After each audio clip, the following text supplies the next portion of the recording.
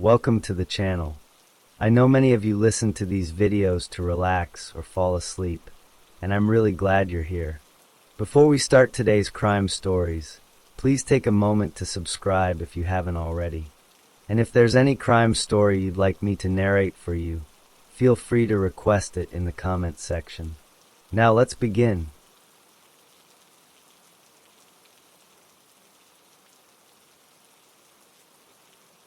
Story 1.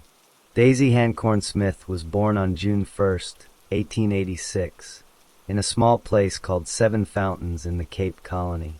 She was one of 11 children in her family.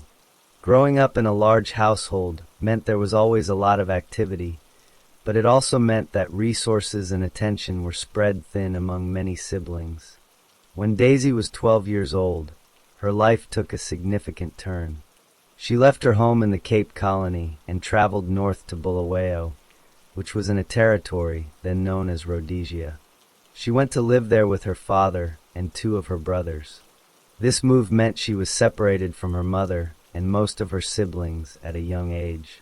After spending 3 years in Bulawayo, Daisy became a boarder at the Good Hope Seminary School in Cape Town. A boarder is a student who lives at the school during term time. She was 15 years old when she started there. In 1903, at the age of 17, Daisy finished her time at the school. She did not stay in Cape Town, but instead went back to Rhodesia. Daisy did not remain in Rhodesia for long. Soon after her return, she moved again, this time to the colony of Natal. There, she enrolled at a nursing home called the Berea Nursing Home in the city of Durban. She began training to become a nurse. While on a holiday back in Rhodesia, Daisy fell in love with a young man named Bert Fuller. He worked as a civil servant in the Native Affairs Department in a town called Broken Hill. They became engaged and made plans to marry in October 1907. Daisy was 21 years old. However, a tragic event occurred. Bert Fuller became very ill with a disease called blackwater fever. Daisy was at his bedside when he died. This happened on the very day they had planned to get married. In his will, Bert left Daisy 100 pounds. About 18 months after Bert's death, in March 1909, Daisy got married. She was 22 years old. Her husband was William Alfred Cowell. He was a plumber who lived and worked in Johannesburg. William was 36 years old, which made him 14 years older than Daisy. Daisy and William Cowell had 5 children together. The first 2 were twins. The twins died when they were very young, still babies. Their third child also died. The cause of death was said to be an abscess on the liver. The fourth child suffered from convulsions and bowel problems and died when he or she was 15 months old. The fifth and last child was a boy. He was born in June 1911. They named him Rhodes Cecil Cowell. He was their only child to survive past early childhood.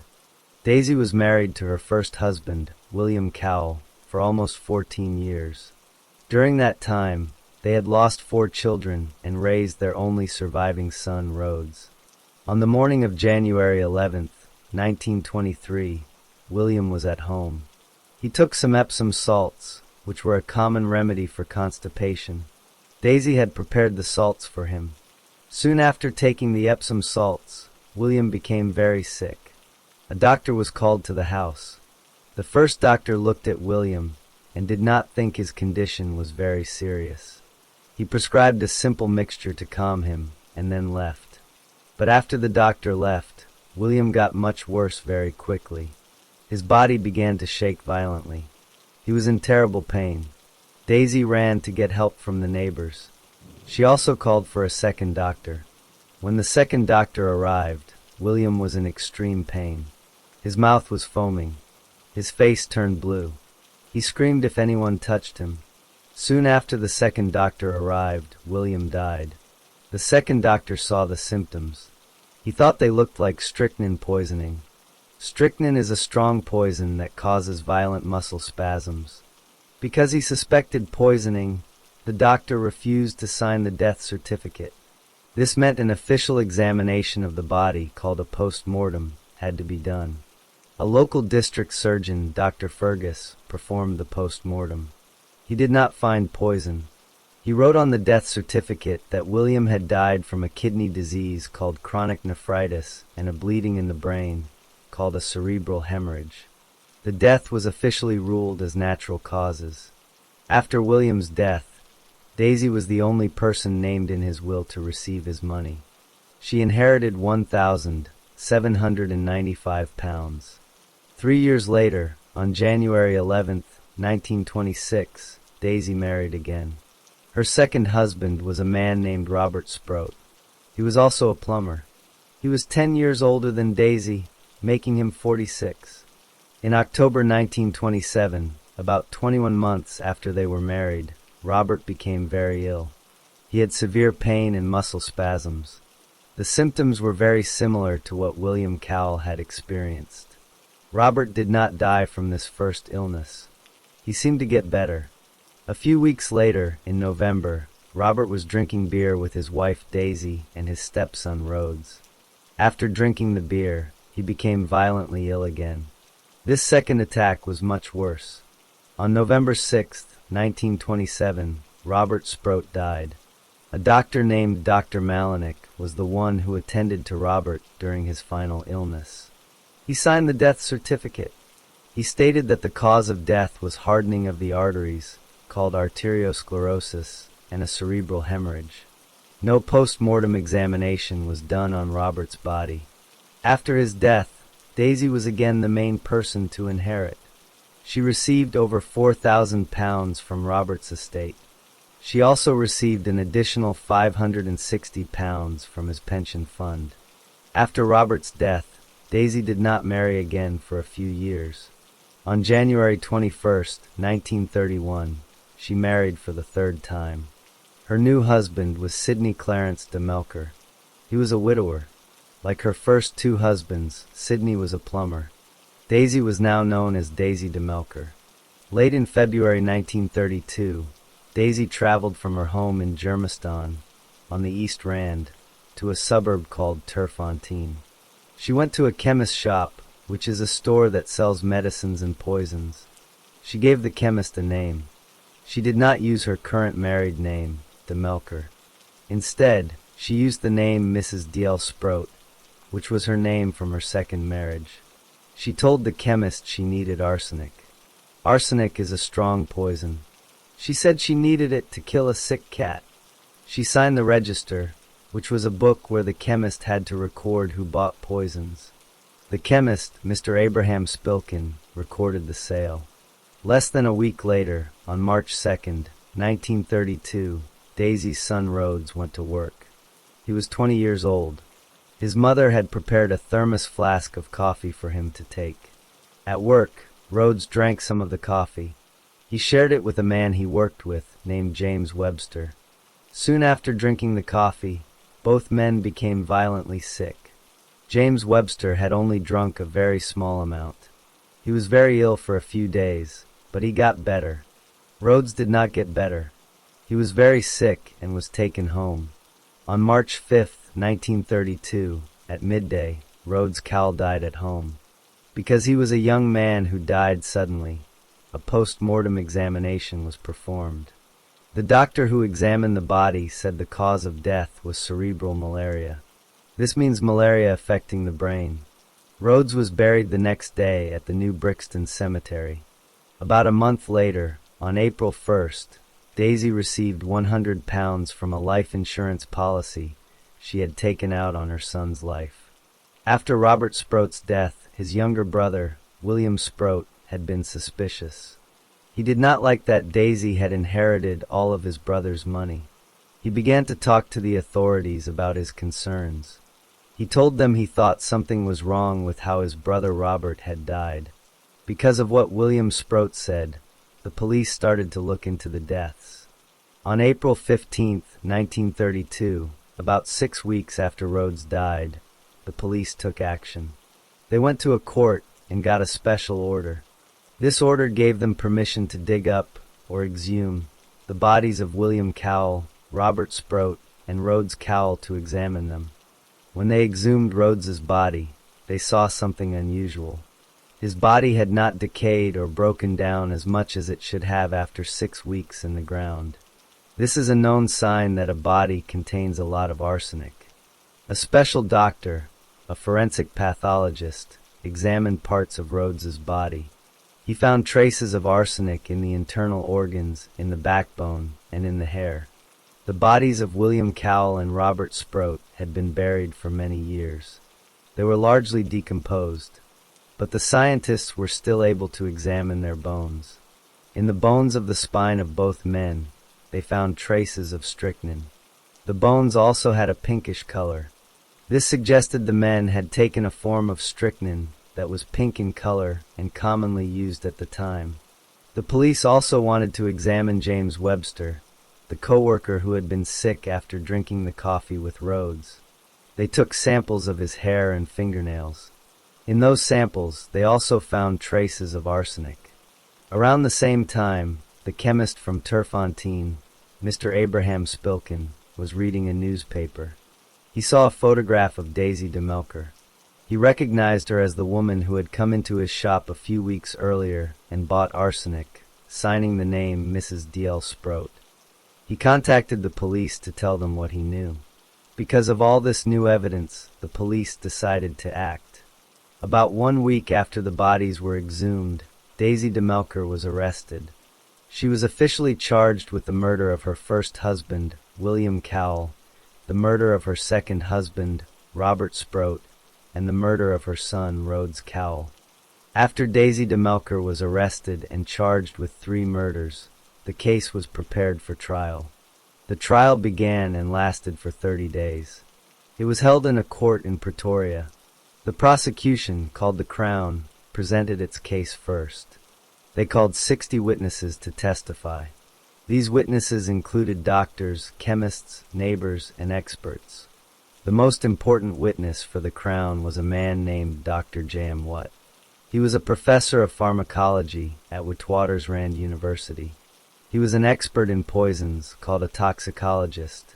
Dr. Watt explained the forensic evidence to the court. He talked about the arsenic found in Rhodes Cowell's body and in the bones of his spine and hair. He explained that the good preservation of Rhodes's body was a sign of arsenic poisoning. He also talked about the traces of strychnine found in the bones of William Cowell and Robert Sproat. He explained what strychnine does to a person's body and how the pink color on the bones matched the pink strychnine sold at the time.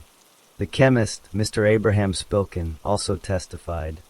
He told the court how Daisy had come into his shop using the name Mrs. D.L. Sproat and bought arsenic, saying she needed it for a sick cat. He identified her in the courtroom. He had her signature in his poisons register as proof. The defense lawyers, who represented Daisy, also called witnesses. They called less than half the number the Crown had called, about 30 people. Their job was to try to create doubt about the evidence. They tried to suggest that Rhodes might have taken the arsenic himself, meaning he committed suicide. They also tried to argue that the evidence for the first 2 deaths was not strong enough. At the end of the trial, the judge had to sum up the case for the jury. He explained the law and went through all the evidence. On the first charge, the murder of William Cowell, the judge told the jury that the Crown had not been able to prove beyond a reasonable doubt that he died from strychnine poisoning. The body had been buried for 9 years and was too decomposed. The evidence from the bones was not enough to be completely sure. On the second charge, the murder of Robert Sproat, the judge said the same thing. The Crown could not prove conclusively that Robert had died of strychnine. There was no autopsy at the time of his death, and the body was also too decomposed to give certain proof.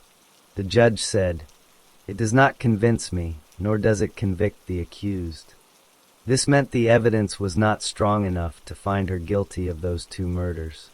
Then the judge turned to the third charge, the murder of her son, Rhodes Cecil Cowell. On this charge, the judge said he had come to an inescapable conclusion. This means he felt there was no other possible answer. He explained why.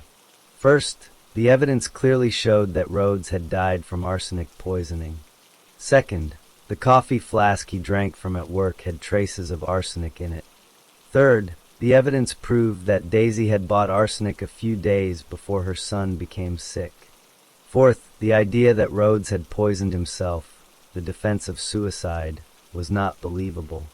There was no reason for him to do so, and he drank the coffee with a co-worker, which made it unlikely he put poison in it himself. The jury agreed with the judge. They found Daisy DeMelker not guilty of murdering her two husbands, but they found her guilty of murdering her son, Rhodes Cowell. After the verdict was read, the judge prepared to pass the sentence. At that moment, Daisy's face became very pale. She continued to say that she was innocent and had not killed her son, but the judge sentenced her to death. The punishment for murder at that time was death by hanging.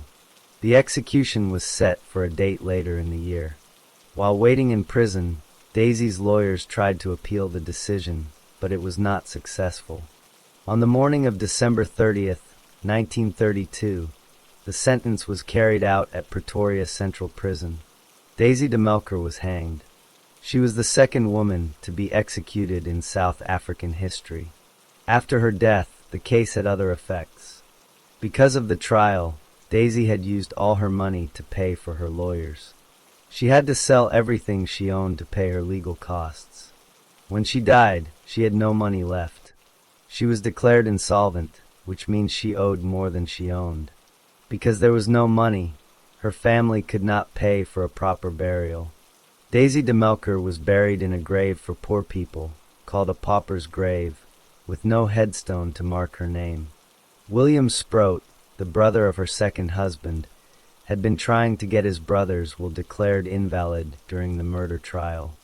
This was a separate civil case that ran at the same time. He won that case, but it was a hollow victory. Because Daisy had no money left from paying for her trial, William Sproat could not get any money from her. He won the case, but there was nothing to collect. The bodies of William Cowell and Robert Sproat, which had been exhumed for the trial, were buried again. Rhodes Cowell's body was also reburied. Her third husband, Sidney DeMelker, was left alone after her execution. The story of Daisy DeMelker became known across the country, but it ended quietly with her burial in an unmarked grave.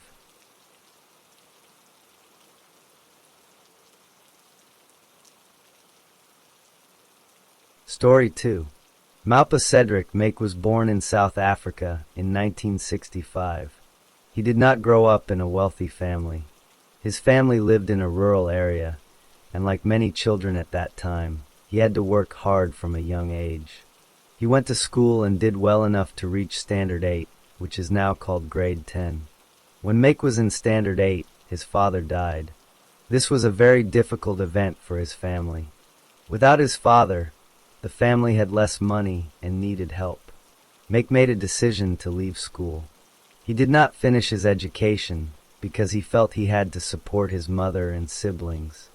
To find work, Make moved to the big city of Johannesburg. He needed to earn money to send back to his family.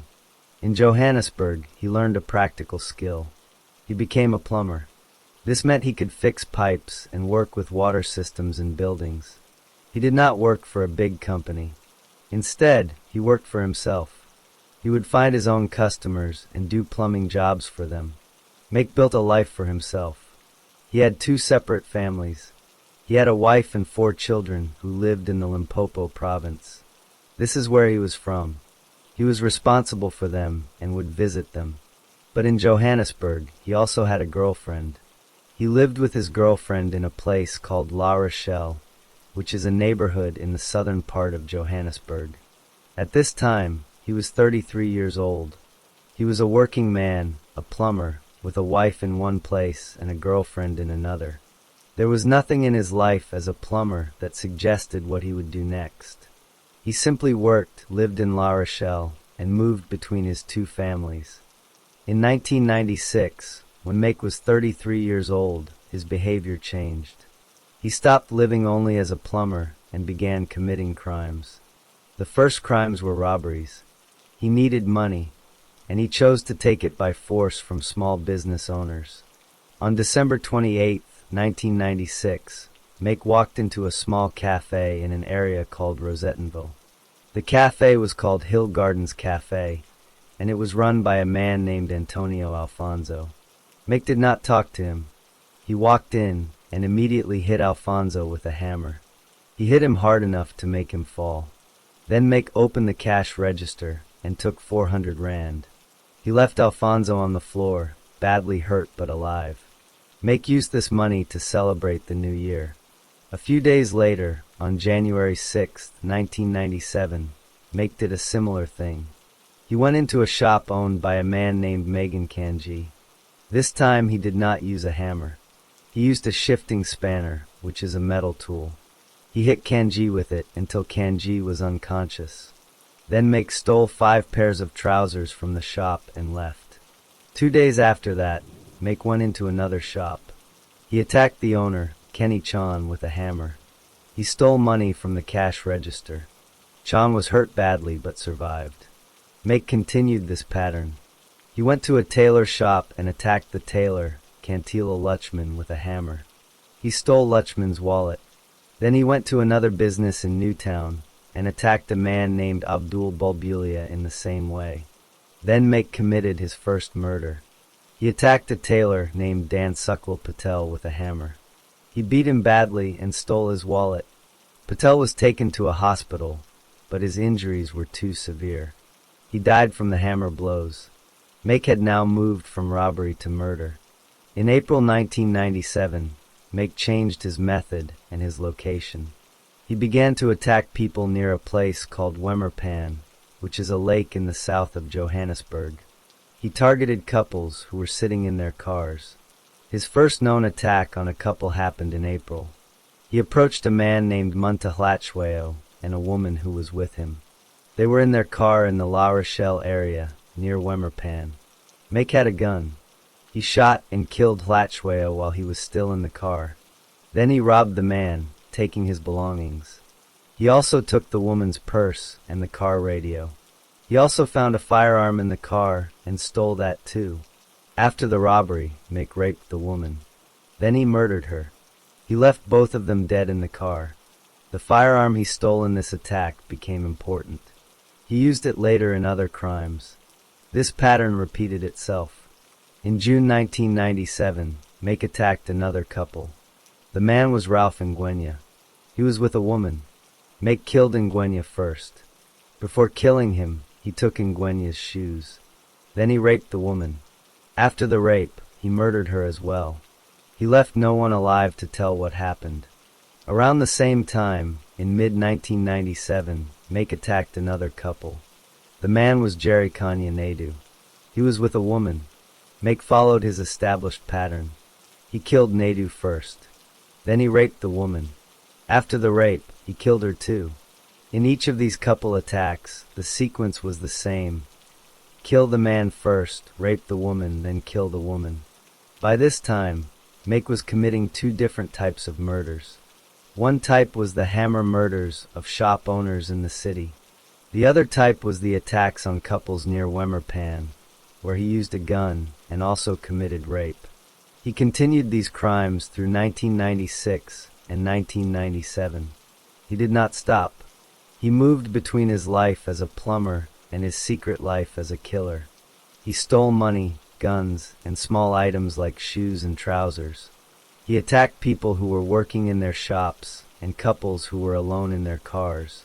By the end of 1997, he had committed many murders, but no one had connected them all to one man.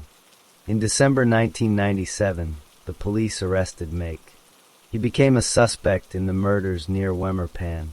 When the police first questioned him, Make admitted that he had committed those crimes. He agreed to help them. Make cooperated with the police officers. He led them to different places in and around Johannesburg. He showed them the exact spots where he had attacked his victims. He pointed out where the murders happened. The police collected all this information. They used it to create maps of where the crimes took place. This technique is called geographic profiling. The maps showed that most of the murders were centered around places Make knew well. His home in La Rochelle, his girlfriend's home, his brother's home, and the areas where he worked as a plumber. At the time of his arrest, the police did not yet know he was responsible for both types of murders. They still thought the Wemmerpan murders and the Hammer murders might be done by two different people. 1 month after his arrest, Make solved this mystery for them. He confessed to the Hammer murders as well. He told them he was the one who attacked the shop owners with hammers. The lead investigator, Superintendent Pete Bileveled, found the proof that connected everything. On January 12, 1998, Make took Bileveled to a pawn shop in La Rochelle. Make had sold a bicycle at this shop. The bicycle belonged to a man named Gerhard Lavue, who was one of the victims in the Wemmerpan murders. Make had stolen it and sold it for 120 rand. When he sold the bicycle, he signed a receipt. He did not use his real name. He wrote the name Patrick Moquina on the receipt. This false name was the clue. Bileveled checked the records. He found that before one of the Hammer murders, Make had gone to a tailor shop to drop off a shirt. The name he gave the tailor to write on the ticket was the same name, Patrick Moquina. Make had used the same fake name in two different places. This proved that the same man who sold the bicycle was the man who visited the tailor before the tailor was murdered. The Wemmerpan killer and the Hammer killer were the same person, Cedric Make. The police formally charged Make with many crimes. The list was very long. He was charged with 36 counts of murder. He was charged with 28 counts of attempted murder. He was charged with 15 counts of rape. He was charged with 46 counts of aggravated robbery. He was also charged with having illegal guns and ammunition. Make's trial took place in the Johannesburg High Court. When he stood before the judge, he pleaded not guilty to all the charges. He said he did not do them. The prosecution presented all the evidence. They showed how he led police to the crime scenes. They showed the link with the pawn shop receipt. They presented the geographic maps. The evidence against him was very strong. On September 6, 2000, the court reached its decision. Make was found guilty. He was convicted of 27 murders. He was convicted of 26 counts of attempted murder. He was convicted of 14 rapes. He was convicted of 41 aggravated robberies. In total, he was found guilty on 114 charges out of the 134 he faced. The judge then gave the sentence. For each of the 27 murders, Make received a sentence of life in prison. This meant 27 life sentences. For all the other crimes, the judge added more years. The total for the other crimes was 1,159 years and 3 months in prison. When added to the life sentences, his total time in prison was 1,340 years. After the trial ended, Make was taken to prison. He will spend the rest of his life there. His victims, the shopkeepers and the couples near Wemmerpan, could not be brought back. Their families were left with the knowledge of what happened. The case was closed, and Make became known as one of South Africa's most convicted serial killers.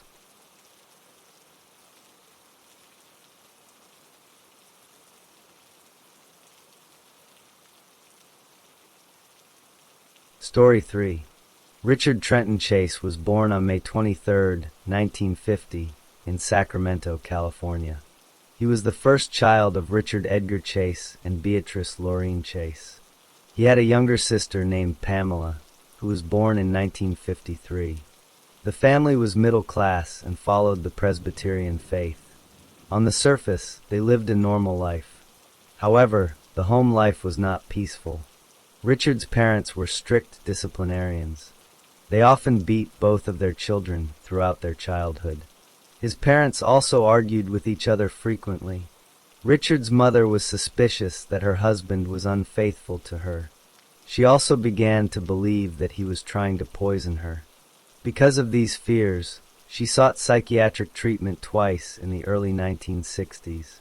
In 1964, the couple separated for a short time, and the children went to live with relatives in Los Angeles. Later, the parents got back together, but the tension in the home remained. By the time Richard was 10 years old, he began to show three specific behaviors that are often linked to violent behavior in adults. These are known as the McDonald triad. First, he was cruel to animals. Second, he set fires. Third, he wet his bed past the normal age for this to stop. Despite these issues, his early school life was not greatly affected. He had a large birthday party once, with over 60 children attending. In 1964, Richard started attending Mira Loma High School. In his teenage years, he developed a reputation as a loner. He did have a small group of friends, but many of them were known at school for using drugs heavily. Richard himself began using drugs like marijuana and LSD. He also drank alcohol heavily. He got in minor trouble with the law for possessing drugs and for theft. Because of this, he was ordered to do community service. He was not a motivated student and usually received low grades, but he did graduate from high school in June 1968. After graduation, his parents gave him a Volkswagen as a gift. During his teenage years, Richard had difficulty interacting with women. He began dating in 1965, but he soon discovered that he was impotent. This problem greatly affected how he felt about himself. He could not maintain an erection, and this led to his girlfriend breaking up with him in 1966. Shortly after the breakup, at a party, Richard was drunk and broke down in tears. He told his friends how frustrated he was about his impotence. When Richard was 18, he visited a psychiatrist to talk about his impotence and the tensions in his family.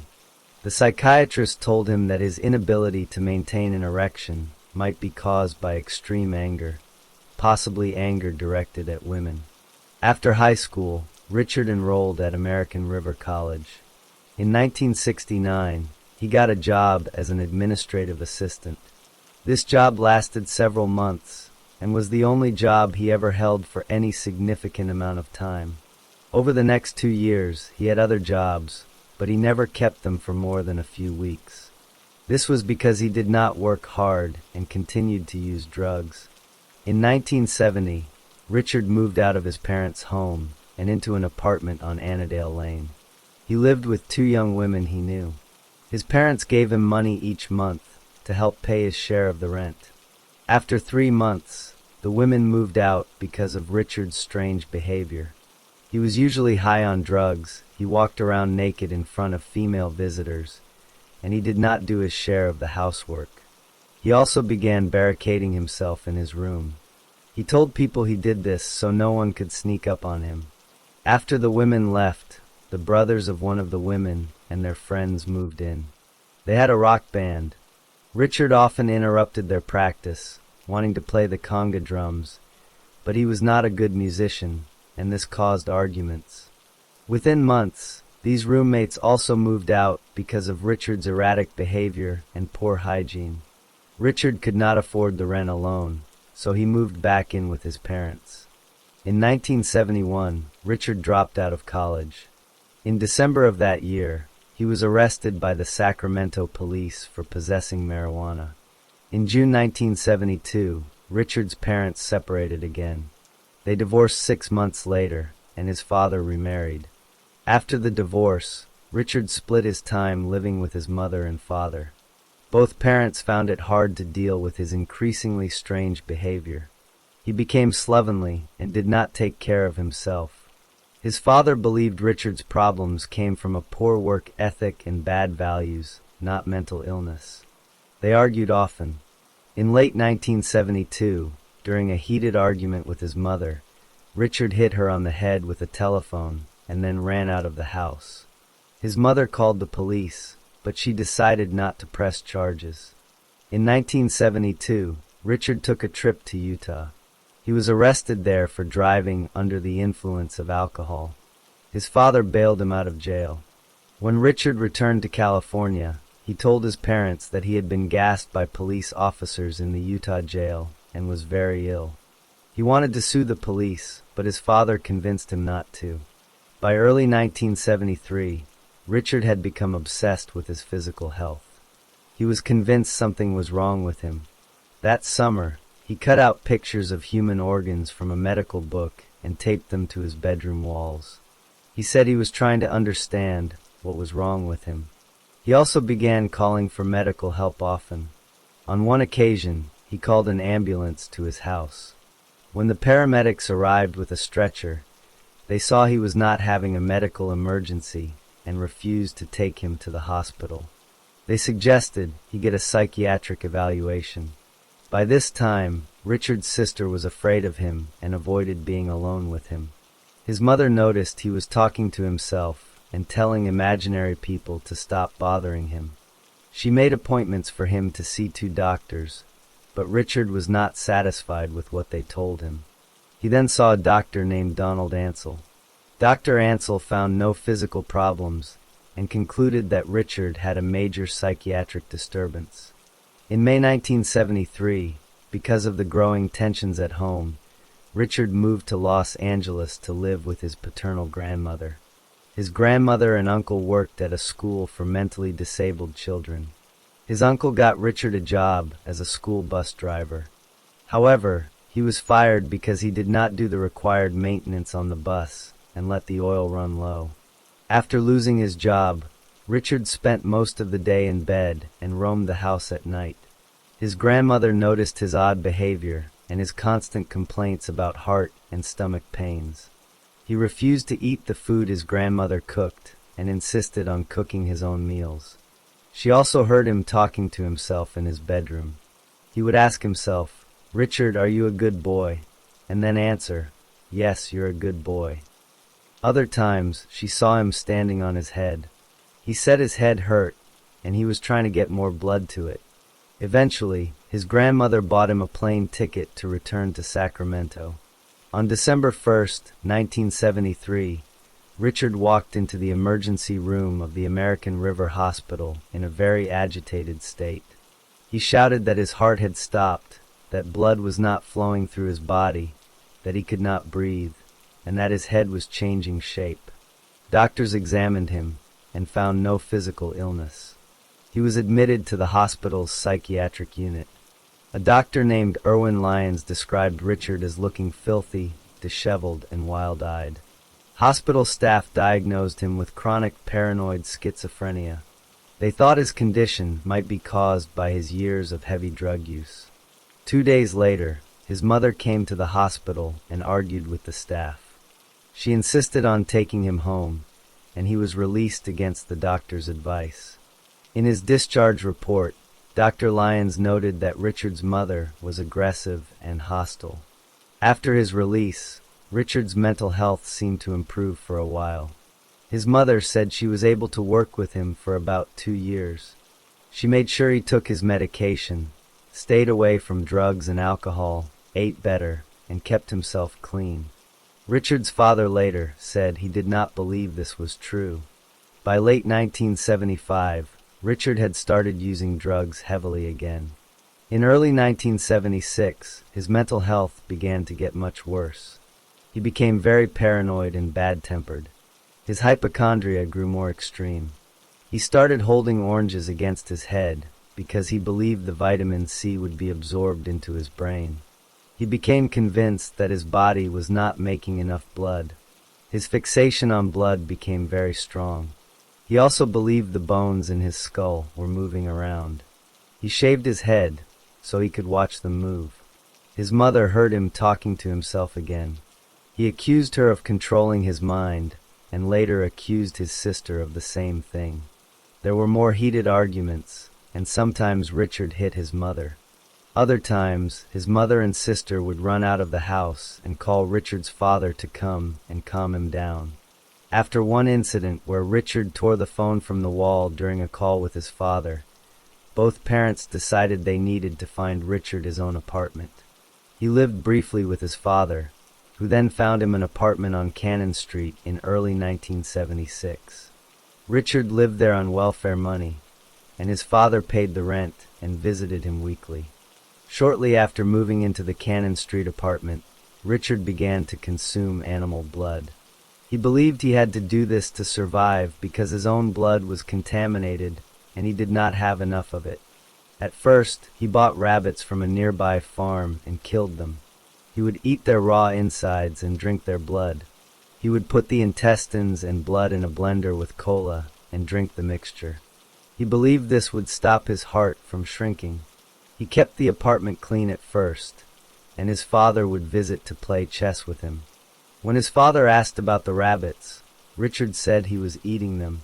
His father did not look into it further, as he was used to Richard's strange statements. On April 26, 1976, Richard was committed to a mental institution for the second time. His father had found him lying on the floor of his apartment, vomiting and shaking. Richard said he had eaten a bad rabbit. He was taken to the American River Hospital. He told staff he had injected rabbit blood into his veins. He was admitted to the psychiatric unit again and diagnosed with paranoid schizophrenia. He refused to join group activities and insisted he only had food poisoning. He did tell staff that he needed to drink blood because his body was weak and falling apart. On May 19th, Richard was transferred to the Beverly Manor Psychiatric Hospital in Carmichael. Staff there also diagnosed him with severe schizophrenia. They noticed that medication did not seem to help him. They thought his mental problems were caused by his long-term, heavy drug use. On several occasions, staff found Richard hiding in bushes with blood around his mouth. They would find the dead bodies of small birds nearby, often with their heads torn off. When asked about it, he would not answer. On another occasion, 2 dead birds were found outside his window. Richard had blood on his mouth again, but he said it was from cutting himself while shaving. By the summer of 1976, Richard's condition had improved with treatment. Staff notes from September said he had not killed any birds or asked for blood for some time. He was also taking part in group activities. Doctors felt they could not help him further, and he was released to his mother's care on September 29th. His parents were given a conservatorship over him, which meant they were legally responsible for him. The hospital strongly emphasized that Richard must continue taking his medication. Soon after his release, Richard moved into an apartment on Wood Avenue. His mother paid his rent and bought his groceries. Both parents checked on him. At first, his mother made sure he took his medication, but she did not like how docile and submissive he became on the drugs. She believed he no longer needed them, so without asking the doctors, she stopped giving them to him. By January 1977, Richard was no longer taking any prescribed medication. Shortly after, his delusions returned.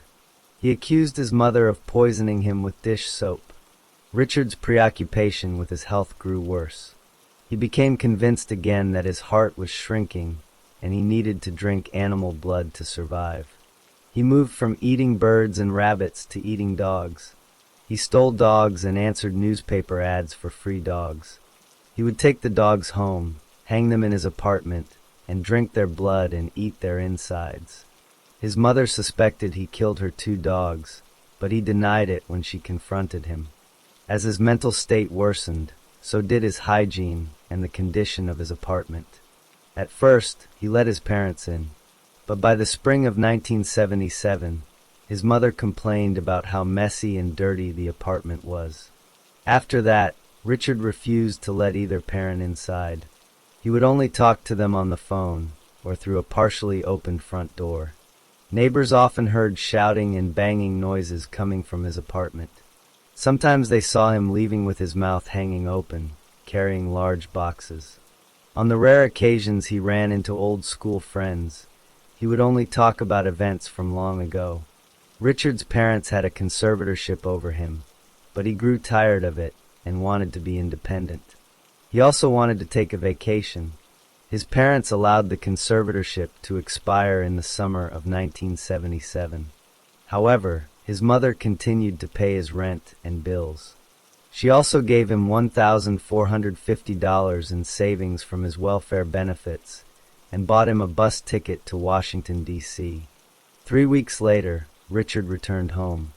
He had bought a 1966 Ford Ranchero in Colorado for $800. On August 3rd, 1977, Richard was arrested by police on a Native American reservation at Pyramid Lake in Nevada. The seats and inside panels of his car were smeared with blood. Inside the car, police found a rifle, another gun, a plastic bucket containing a raw liver, and a pile of bloody men's clothing. Richard was found squatting naked on a rock ledge about half a mile from his car. His body was also smeared with blood. Police suspected a homicide had occurred. Richard was arrested. He said the blood had seeped through his skin. He later changed his story and said he had shot a deer in Colorado and was washing the blood off in the lake when he was arrested. 4 days later, lab tests showed the liver and blood were from a cow. No charges were filed, and Richard returned to Sacramento. He got his car back, but the police kept his rifles. On December 2nd, 1977, Richard bought a .22 caliber semi-automatic pistol. He lied on the form about his history of mental illness to buy it. He picked up the gun on December 18th. After that, neighbors heard him shooting inside his apartment. He bought a second box of bullets on December 26th. He is believed to have fired the gun at least 50 times between December 18th and December 26th. In the early evening of December 27th, Richard fired his pistol at the wall of a house as he drove by. No one was hurt. Later that evening, around 6:30 p.m., he fired into the kitchen window of another house. A woman named Dorothy Polensky was inside. One bullet tore through her hair, narrowly missing her head. She was not hurt. On December 29, 1977, 2 days after his gunfire narrowly missed Dorothy Polensky, Richard Chase killed his first human victim. The victim was a 51-year-old engineer named Ambrose Griffin. Ambrose and his wife, Carol, had just returned from a shopping trip. They were carrying bags of groceries from their car into their house. Ambrose had already taken one bag into the kitchen and was walking back to the car to get another bag. His wife was in the kitchen. She heard 2 popping noises. Then she heard her husband scream. She ran outside and saw him turn to face her before he crumpled to the ground.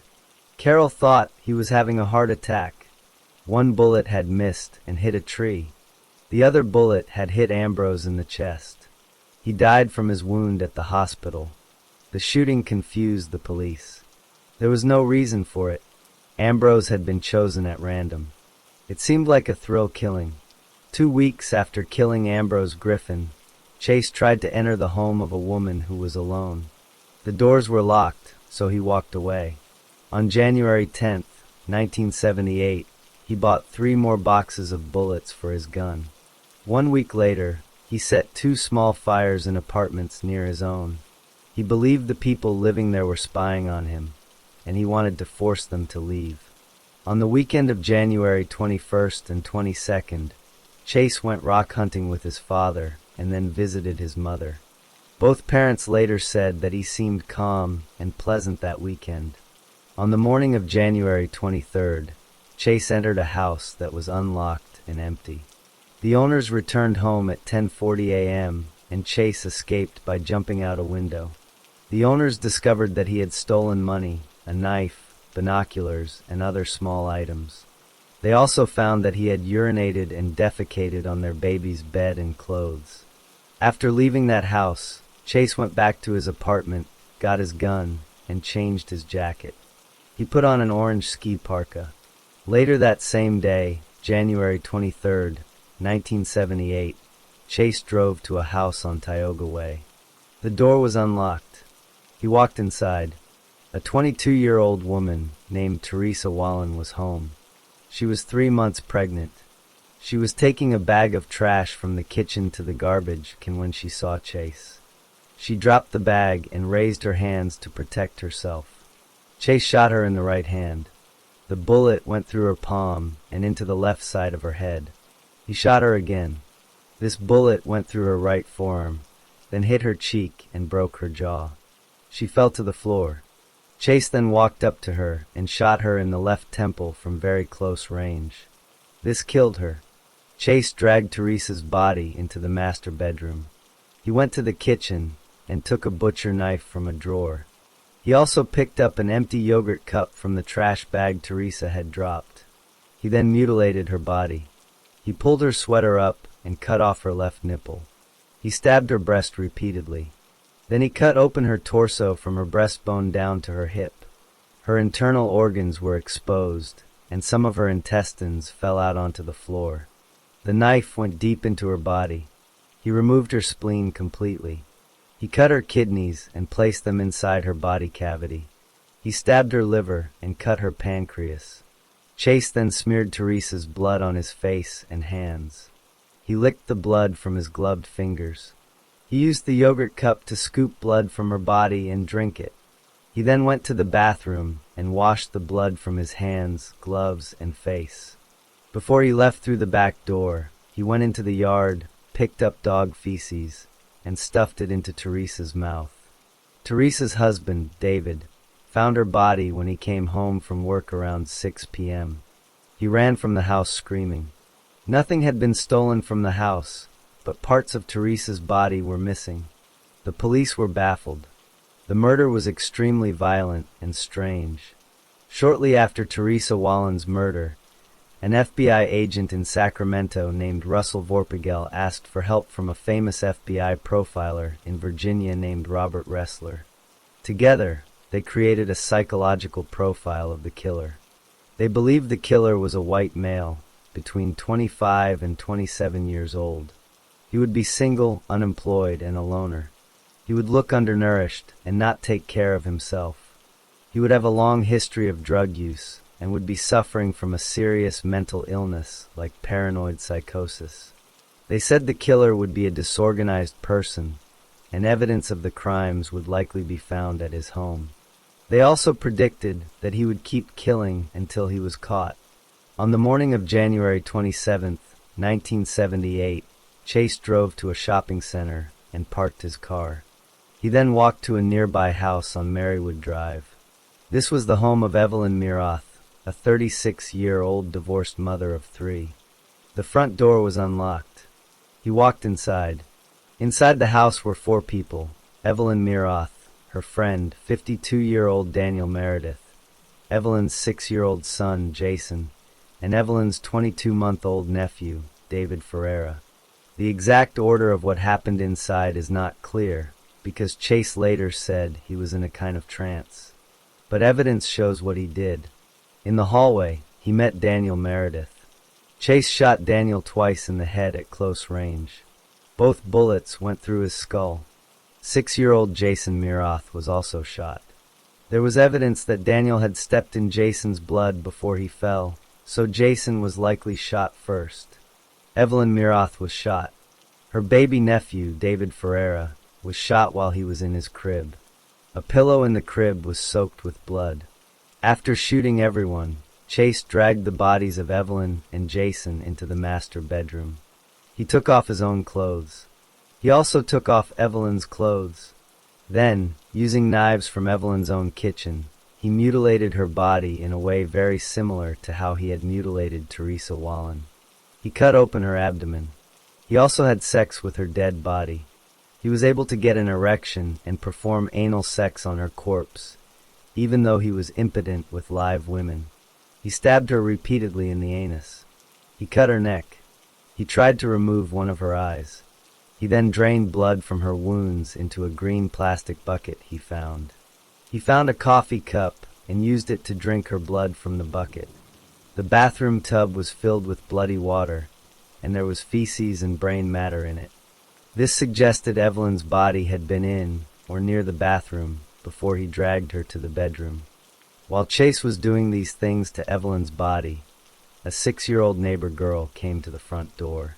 She and her mother were supposed to take Jason on a family trip that day. She knocked on the door. This startled Chase. He later told police that this made him take the baby and split. He picked up the body of little David Ferreira. He took Daniel Meredith's car keys and wallet. He left the house and drove away in Daniel's red Ford station wagon with the toddler's body in the car. He parked the station wagon in a lot near his own apartment on Wood Avenue. He then took David's body into his apartment. After that, he went back and got his own car. Back at the Mirath house, the neighbor girl's mother noticed that Daniel's station wagon was gone and that Evelyn was not answering the door. She told a friend, who went to check. The friend found the back door open. She went inside and saw Daniel Meredith's body. She ran out and called for help. Police arrived at the Mirath house at 12:43 p.m. They found a scene of extreme violence. They found Daniel's body in the hallway. In the bedroom, they found Evelyn's nude, mutilated body on the bed. Jason's fully clothed body lay on the floor beside the same bed. The crib was empty except for a blood stain. They also found a bloody coffee cup on the floor. Inside his apartment, Chase mutilated the body of the toddler, David Ferreira. He cut off the child's head. He cut open his chest and removed several of his organs. He collected the child's blood and drank it. He also stabbed the baby in the anus and cut open parts of the back of his skull. He ate sections of the child's brain. He kept the body parts in his refrigerator. David Ferreira's body was not found right away. It was discovered on March 24, 1978, hidden in a cardboard box in an alley near Chase's apartment. The body was partially mummified by then. Because of the nature of the mutilations and the drinking of blood, police immediately connected the Mirath murders to the murder of Teresa Wallen. At the Mirath crime scene, the killer had left clear handprints and shoe prints in Evelyn Myratha's blood. This gave the police solid physical evidence.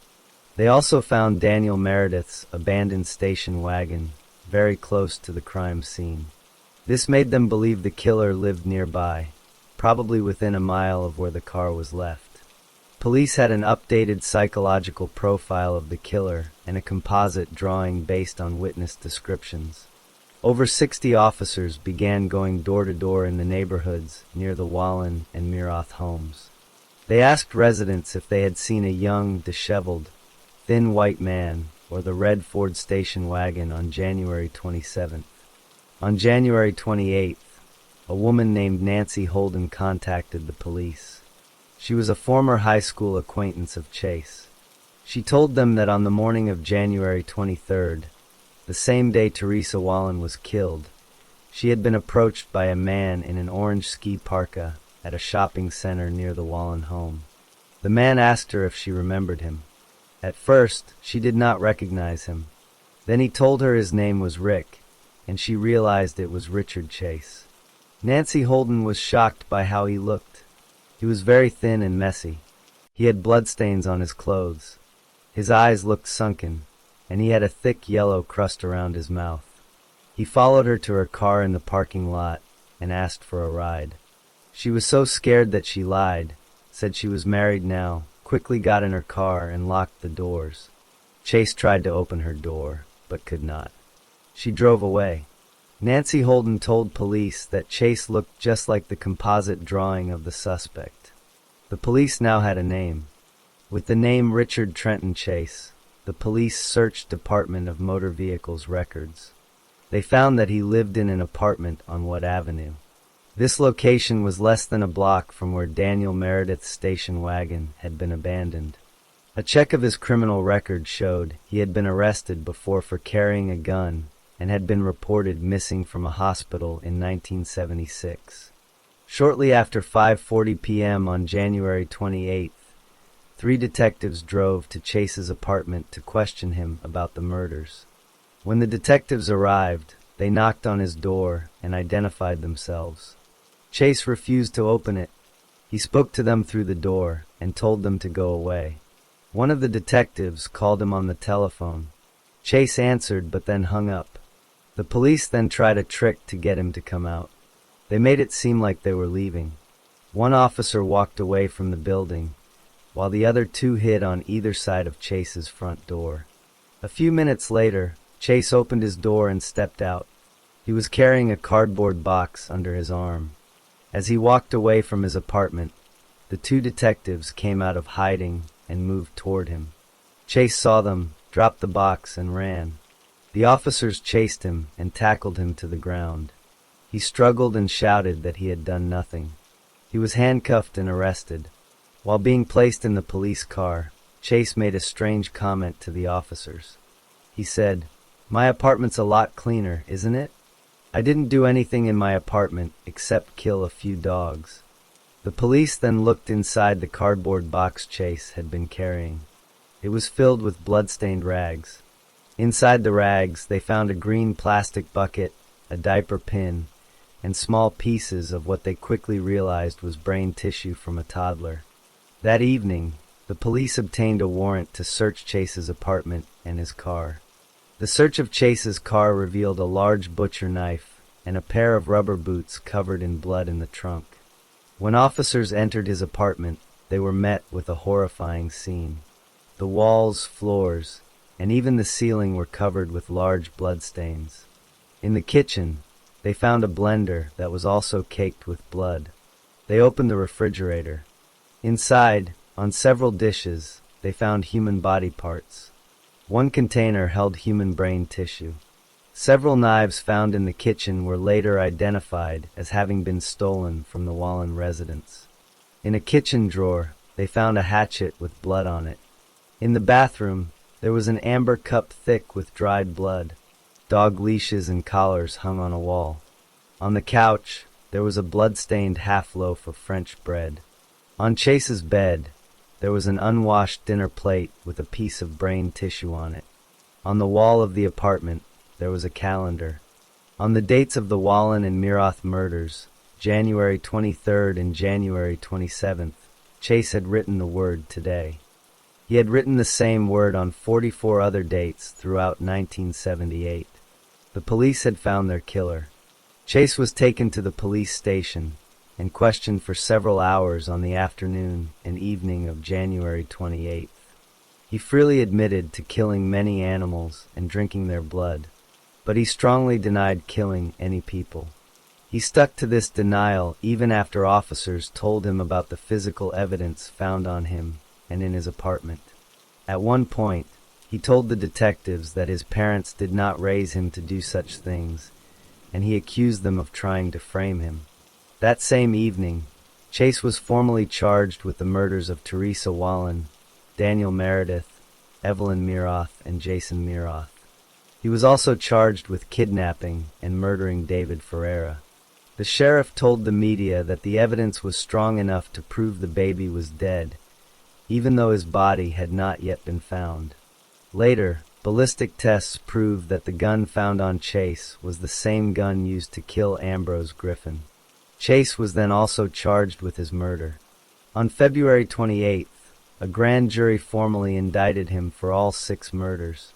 Before the trial started, Chase was evaluated by 2 psychiatrists for the district attorney's office. At first, he would not talk to them, but later he agreed. He told them about the murders in a flat, emotionless way. He explained his motive. He believed his own blood was poisoned, and he needed to drink fresh blood to survive. He said his mother had been poisoning him with dish soap. He also said his father did not care about this poisoning. He denied being delusional. He argued that the evidence proved he was not paranoid, but that people really were trying to harm him. In June 1978, while in jail, Chase complained that prison officials were putting acid and diseases in his food. He demanded medical tests to see how much his body had decayed. A judge later ordered a physical exam to see if he had tumors, which delayed his trial. 2 more court-appointed psychiatrists, Martin Bremer and Leland Silva, evaluated Chase to see if he was sane enough to stand trial. Both doctors concluded that he understood that killing was wrong and that he was legally sane under California law. They said he was able to testify in his own defense. Dr. Silva noted that Chase seemed able to control his thoughts when talking about legally sensitive topics. This suggested he was not completely lost in his delusions. The trial of Richard Chase began in Palo Alto, California, on January 2, 1979. He was tried before Judge John Schatz on 6 counts of first-degree murder. The main prosecutor was Ronald Tochterman. Chase's lawyer was Ferris Salami. Salami entered a plea of not guilty by reason of insanity on behalf of his client. In his opening statement, Prosecutor Tochterman said he would seek the death penalty. He argued that the murders were purposeful and calculated. He said Chase had the choice not to kill and was sane at the time. Defense lawyer Salami argued that Chase was not guilty of first-degree murder because his crimes were not premeditated.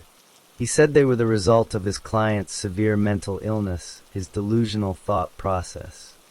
Salami argued that Chase should be found guilty of second-degree murder, which carries a sentence of life in prison, not death.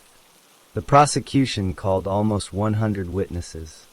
This included family members of the victims, eyewitnesses, police officers, and doctors. They also introduced 250 pieces of physical evidence. This evidence included Chase's gun, which had killed all 6 victims, and Daniel Meredith's wallet and credit cards, which were found in Chase's possession at his arrest. The knives stolen from the Wallen home, found in his apartment, were also presented. The prosecutor pointed out the pattern of Chase's behavior. He bought a gun, practiced with it, then killed Ambrose Griffin from a distance. Then he moved to entering homes, killing everyone inside, and mutilating the female bodies in a sexual and sadistic way to get their blood.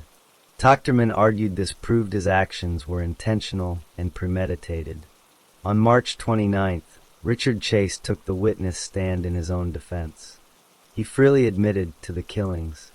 He said he could not remember all the details.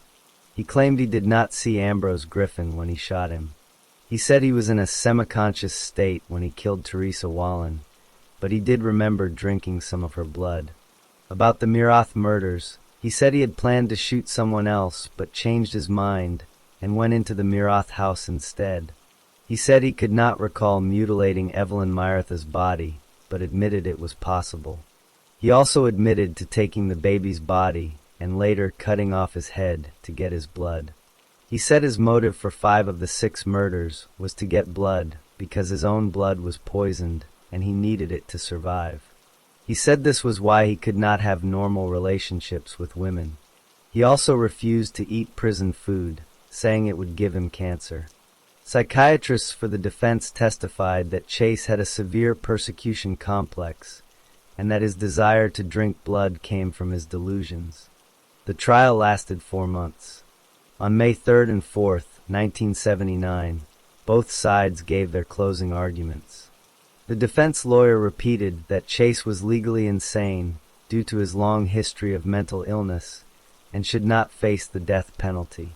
The prosecutor argued that while Chase had mental issues, the premeditation of the crimes proved he was sane under the law. He called the murders sheer sexual sadism motivated by a literal bloodlust. The jury began to deliberate. After 6 hours of discussion over 2 days, they found Richard Chase guilty of 6 counts of first-degree murder. A few days later, the jury began the second part of the trial to decide if Chase was sane or insane at the time of the crimes. After only 65 minutes of deliberation, they ruled that he was legally sane. 3 days after that, on May 8, 1979, the jury recommended the death penalty. On June 8, Judge Schatz agreed with the jury and formally sentenced Richard Chase to death. He was sent to San Quentin prison to wait on death row. His sentence was automatically appealed to the California Supreme Court.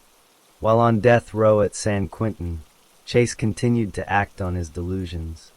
He asked the prison staff to give him fresh blood to drink. His requests were denied.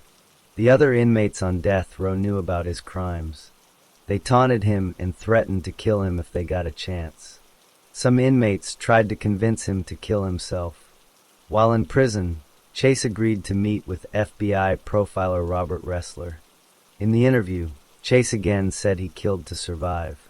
He said he had been instructed by telepathy to kill people and drink their blood. He called his killings self-defense. He told Ressler that he only entered homes with unlocked doors, because a locked door meant he was not welcome. Before the interview ended, Chase gave Ressler a plastic cup containing part of his macaroni and cheese dinner. He said it was proof the prison staff was poisoning him and asked the FBI lab to test it. Ressler agreed. Prison psychologists later had Chase temporarily transferred to the California Medical Facility in Vacaville, a hospital for the criminally insane. He stayed there for 4 months. In April 1980, he was sent back to San Quentin after doctors said his condition was stable. By late 1979, Chase was writing letters to FBI agents. He wrote about UFOs communicating with him by telepathy. He said the UFOs were causing airplane crashes and that the FBI could track them by radar. On December 26, 1980, at 11:05 a.m., a guard at San Quentin found Richard Chase dead in his cell. He was lying on his stomach on his bunk, with his feet on the floor. He had last been seen alive at 7:45 a.m. when he was served breakfast. An autopsy showed he died from an overdose of Sinequin, a drug prescribed to treat depression and hallucinations. He had taken 36 times the normal dose. He had secretly been saving the pills in his cell for several weeks. The death was ruled a suicide. In his cell, prison staff found handwritten notes. In one note, Chase wrote that he might take some pills that could stop his heart. He was 30 years old.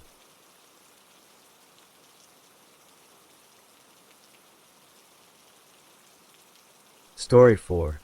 Alexander Pichushkin was born on April 9, 1974, in a town near Moscow called Mytishi. He was born in the Soviet Union. Soon after, he and his mother, Natalia, moved to an apartment in the city of Moscow itself. They lived on the 5th floor of a large apartment building on 2 Kersenskaya Street. Also living in this small 2-bedroom apartment was Alexander's younger half-sister, her husband, and their son. The apartment building was located very close to a large forest park called Bitsa Park. It was only about a 6-minute walk from his front door. As a very young child, Alexander was a normal, sociable boy. But one day, when he was still young, he had a serious accident. He fell backwards off a playground swing. The heavy swing swung back and hit him hard in the forehead. This type of injury can damage the front part of the brain, which controls a person's moods and impulses. After this accident, Alexander's behavior changed. He began to have trouble controlling his anger and would often act without thinking. He became hostile and impulsive. Because of his new behavior problems, Alexander's mother decided he could not stay in his regular school. She moved him to a special school for children with learning difficulties. At his old school, the other children had bullied him. They would call him names like "that retard." This treatment made his anger grow even stronger inside him. When Alexander became a teenager, his grandfather saw that the boy was actually very smart. He felt that Alexander's abilities were being wasted. The special school focused on his disabilities, not his strengths. So, Alexander went to live with his grandfather. His grandfather encouraged him to try new things. One of these things was chess. Alexander learned to play, and he was very good at it.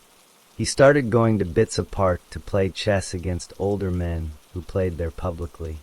He almost always won. Playing chess gave him a way to focus his mind and feel powerful. However, this good period did not last. Near the end of his teenage years, his grandfather died.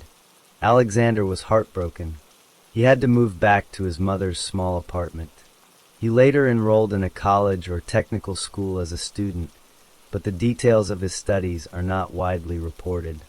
The death of his grandfather affected him very deeply. To deal with his pain and his anger, he began to drink large amounts of vodka. He still went to Bitsa Park to play chess.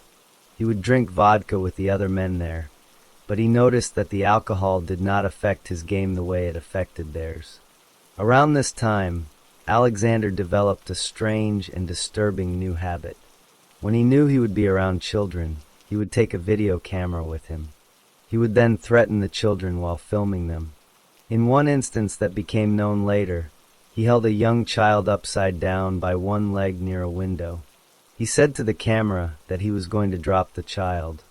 He did not actually hurt anyone, but he would watch these videos later. Watching them made him feel powerful. By the year 1992, when he was 18 years old, this feeling was no longer enough for him. In July 1992, Alexander Pichushkin was 18 years old.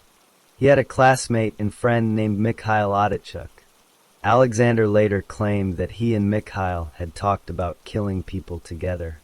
He said they planned to kill 64 people, one for each square on a chessboard.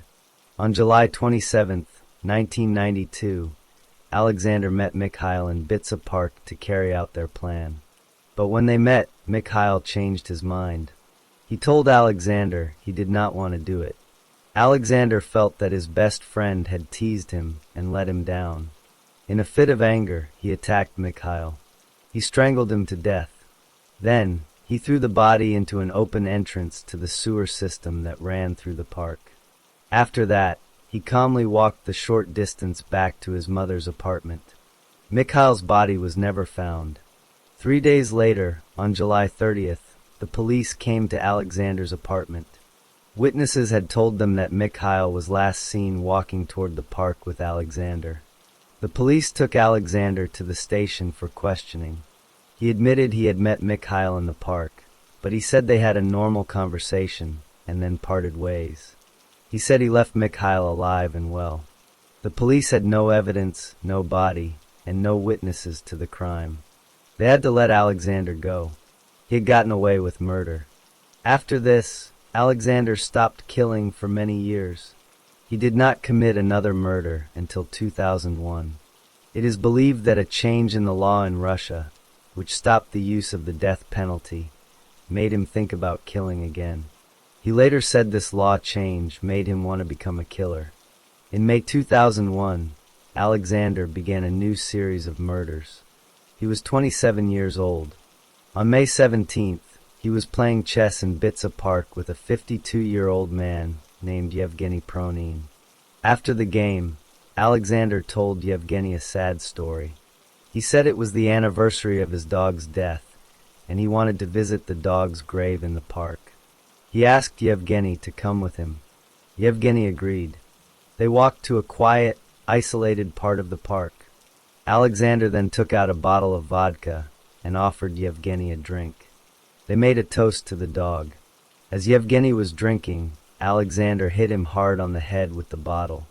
He killed him, and then threw the body into a nearby well. This was the start of a long period of killing. From May 2001 to September 2005, Alexander attacked 39 people in Bitsa Park. Most of his victims were older men who were homeless and often drank alcohol in the park. His method was almost always the same. He would approach a victim and offer to share a bottle of vodka. He would then lead them to a quiet spot. While the victim was drinking, he would hit them from behind on the back of the head. He used a hammer or a heavy bottle for this. He chose to attack from behind, so he would not get blood on his clothes. After the person was dead, he would push the body into a sewer drain or a well. On some occasions, he would push a vodka bottle or a stick into the wound on the victim's head. He later said this was like his signature. During this time, 3 of his victims survived his attacks. They managed to crawl out of the sewers or were found alive, but they could not identify their attacker. In October 2005, his method changed. He entered what is called his open period. He continued to attack people, but now he would often leave the bodies where they fell instead of hiding them in sewers. He still used a hammer, hitting them from behind. He would then sometimes push a vodka bottle into the wound in their skulls. He killed 10 people who lived in the same group of apartment buildings as he did. Some of them were his neighbors. His last murder was in June 2006. The victim was a 36-year-old woman named Marina Mosklyova. She worked at the same place as Alexander. On that day, he asked her to go for a walk with him in Bitsa Park. Marina was a little suspicious of him, but she agreed to go. Before she left her home, she wrote a note for her son. The note said she was going with Alexander, and she left his phone number on the paper. Alexander knew she had written this note, but he took her to the park anyway. In the park, he hit her several times in the head with a hammer. He killed her and left her body there. He later explained that he was very depressed and did not care if he was caught. He felt like he could not stop killing, but he also could not go on living the same way. Marina Moskaleva's body was found in Bitsa Park on June 14, 2006. Police officers who examined the body saw the clear signs of a violent attack. There were repeated hammer blows to her head. This murder was different from the others because Marina was not a homeless alcoholic. She was a woman with a job and a family. This gave the police a clear place to start their investigation. When the police searched Marina's apartment, they found the note she had left for her son. The note had Alexander Pichushkin's name and his phone number on it. This was the first solid lead the police had in years. They also found a Moscow metro ticket on Marina's body. Police reviewed security camera footage from the metro system. On the tape, they saw Marina walking on a platform just hours before her death. Walking next to her was a man. When they showed this tape to people who knew Marina, they identified the man as Alexander Pichushkin, her co-worker. The police went to Alexander's apartment and brought him in for questioning. This time, they had evidence linking him to the murder. Alexander did not deny it for long. He confessed to killing Marina. But then he started to confess to much more. He told the detectives about the other murders he had committed over the years. He offered to take them to the places in Bitsa Park where he had left his victims. Alexander led police officers through Bitsa Park. He showed them wells, sewer entrances, and hidden areas where he had dumped bodies. He remembered each killing in great detail. He told them how he had done it and where the bodies were. Police teams searched these locations. They found the remains of many victims who had been missing for years. Alexander also told them about the 3 people who had survived his attacks. He even participated in filmed reenactments of the crimes, which is a normal part of Russian police work. During these sessions, he showed exactly how he would approach his victims and strike them from behind with a hammer. During the investigation, Alexander explained his thinking. He said that deciding who would live and who would die made him feel like God. He said that killing was as necessary to him as food and oxygen were to other people. He also spoke about a chessboard. He told investigators that his goal was to kill 64 people, 1 for each square on a chessboard. He said he wanted to beat another famous Russian killer named Andrei Chikatilo, who had killed over 50 people. However, the lead investigator later said that Alexander's chess skills were not as special as he claimed. Alexander Pichushkin was put on trial in Moscow. The trial began in 2007. Because of the danger to him from other people, he was held in a large glass cage in the courtroom. The court heard evidence for 49 murders and 3 attempted murders. During the trial, Alexander shocked the court by asking them to add 11 more murders to the list. He claimed he had actually killed 60 people. He said he knew where the bodies were, but police were not able to find all of them. On October 24, 2007, the judge, Vladimir Yusov, read the verdict. Alexander Pichushkin was found guilty of 48 murders and 3 attempted murders.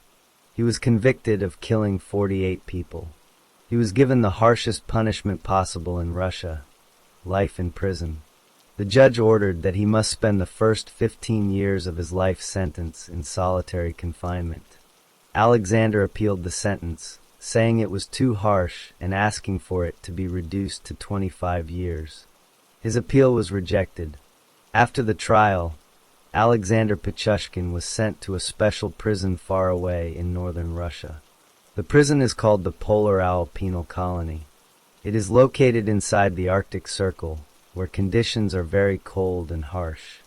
He remains in a small cell in solitary confinement for 23 hours a day. His victims' families were left with the knowledge of what happened to their loved ones.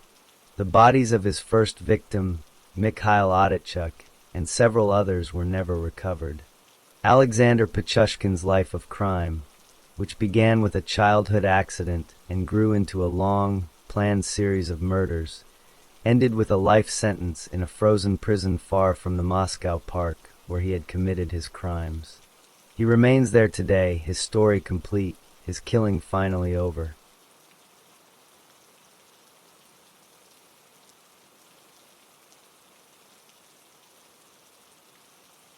Story 5. Rodney Alcala was born on August 23, 1943, in San Antonio, Texas. His parents were Raul Alcala Bucher and Ana Maria Gutierrez. They were a Mexican-American couple.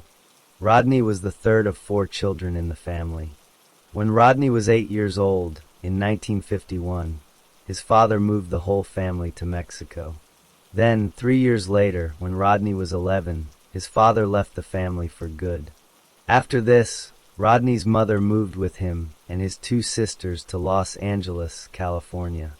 They started a new life there in the suburbs. As a young man, Rodney was a very smart student. He did well in school and had friends. His family supported him. He went to private schools in the Los Angeles area. For high school, he attended Cantwell Sacred Heart of Mary High School. There, he was part of the group that made the yearbook. He also ran track and was on the cross-country team. When he was 17 years old, in 1961, Rodney joined the United States Army. He wanted to be a paratrooper. In the Army, he worked as a clerk, but his time in the service was not smooth. He was known for trying to control others, for holding grudges, and for not following orders. Several times, he got into trouble for attacking young women. In 1964, after about 3 years in the Army, Rodney had what the Army called a nervous breakdown. He went AWOL, which means he left his post without permission. He hitchhiked from his base in North Carolina all the way to his mother's house in California. When he was found, the Army sent him to a military psychiatrist. This doctor said Rodney had a condition called antisocial personality disorder. The doctor also said Rodney had a very high IQ of 135. Because of his mental condition, the Army gave Rodney a medical discharge and sent him home. After leaving the Army, Rodney used his intelligence to continue his education. He went to the University of California, Los Angeles, which is called UCLA. He attended the School of the Arts and Architecture and graduated. Later, he moved to New York City for a time and took classes at New York University. It was said by some that he studied film there under the famous director Roman Polanski, but this was not true. He never met Polanski during his time at NYU. After the police found the young girl Tali Shapiro beaten in his apartment in 1968, Alcala knew he had to run. He fled California to avoid arrest. He went to New York City and enrolled at New York University using a fake name, John Berger. In New York, Alcala met a young woman named Cornelia Crilly. She was 23 years old and worked as a flight attendant.